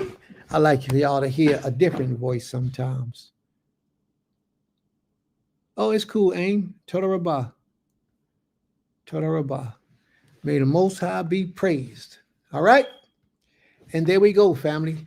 And don't be so quick to leave because we have a commercial at the end of the show. May the Most High be praised. All right, Ima. Is there any announcements, Ima? Are there any announcements? You all know that today is Yom TERUACH. And next Friday, not this Friday, but next Friday is the Day of Atonement. Next Friday is the Day of Atonement. That is correct, ain't it, Ima? Kane, that's correct. All right. Do you have any announcements, Ima? No. I mean, everybody's welcome to come do Sukkot with us. It's Right. from the 8th through the 15th. Well, the evening of the 7th, all day the 8th through the 15th. You can contact me if you're a sister. You can email or look me up on Instagram or Facebook. And then for brothers, males, you can reach out to my ish. All right. May the Most High be praised. Bastista, my man, Jose, Shabbat Shalom, bro. May the Most High be with you, bro. That's that brother I was telling y'all about, Jose. Mm-hmm. Yeah, that's my man. All right. All right. So if you want to come down for the feast days and celebrate the feast days with us, then you can do so. We have it set up for you. And there's just a donation. We don't require feast fees. You just give if you're able to give. And if you're not able to give, then don't give. We don't have no problem with that. We don't have no problem with that. It's the important thing is your efforts of trying to serve the Creator by keeping these holy days. That's more important to us than any amount of money that you can give to us. So we're not here to take anybody's money. I mean, if you want to give it, you can make a donation, but we're not going to demand it of you. The Creator is beautiful to us. He's very generous and very merciful to us, and we appreciate it. We greatly appreciate it. So we have a commercial coming up late in a moment, family, as soon as we close out. Oh, a lot of people done left already. They didn't, bam, skedaddle. They gone. All right, Ima, let's close it out. May the Most High be praised. Toda Rabbah, Shabbat Shalom Lekim. Beulah land at Temple Kefar Yim. This is for the people in the front and the back. You had a lot to do. You know you got a lot on your plate. We are Beulah land at Temple Kefar Yim, a community, a school, a family of faith working to build something greater together. Our mission is simple but powerful: to restore, to teach, and to grow. Here at Beulah land, we bring together the vision of Temple Kefar Yim with hands-on action. Stop it. You got it. You got it. Yeah, you got it. Through our Goshen Hebrew Academy, we teach our children the Hebrew language, history, and principles that ground us in our faith. We celebrate Shabbat services and holy days with joy, keeping our culture and traditions alive for generations to come. Our work also reaches beyond the classroom. We focus on community growth, agriculture, training, and safety, building a place where families can learn, worship, and thrive. The name Beulah land comes from scripture, representing covenant, renewal, and a people restored to their land and purpose. That is exactly what we are doing here, restoring faith, culture, and community life. But we can't do it alone. If our mission speaks to your heart, we invite you to support us. You can give through Cash App or PayPal at Build Yisrael, or learn more at www.GoshenHebrewAcademyTempleKefaryim.org. Feel free to contact us at BeulahLand@TempleKefaryim@gmail.com. You can also subscribe to our YouTube channel and even become a member to stay connected and help spread our message of faith and restoration. But it's kind of tough. It all could change up in a minute.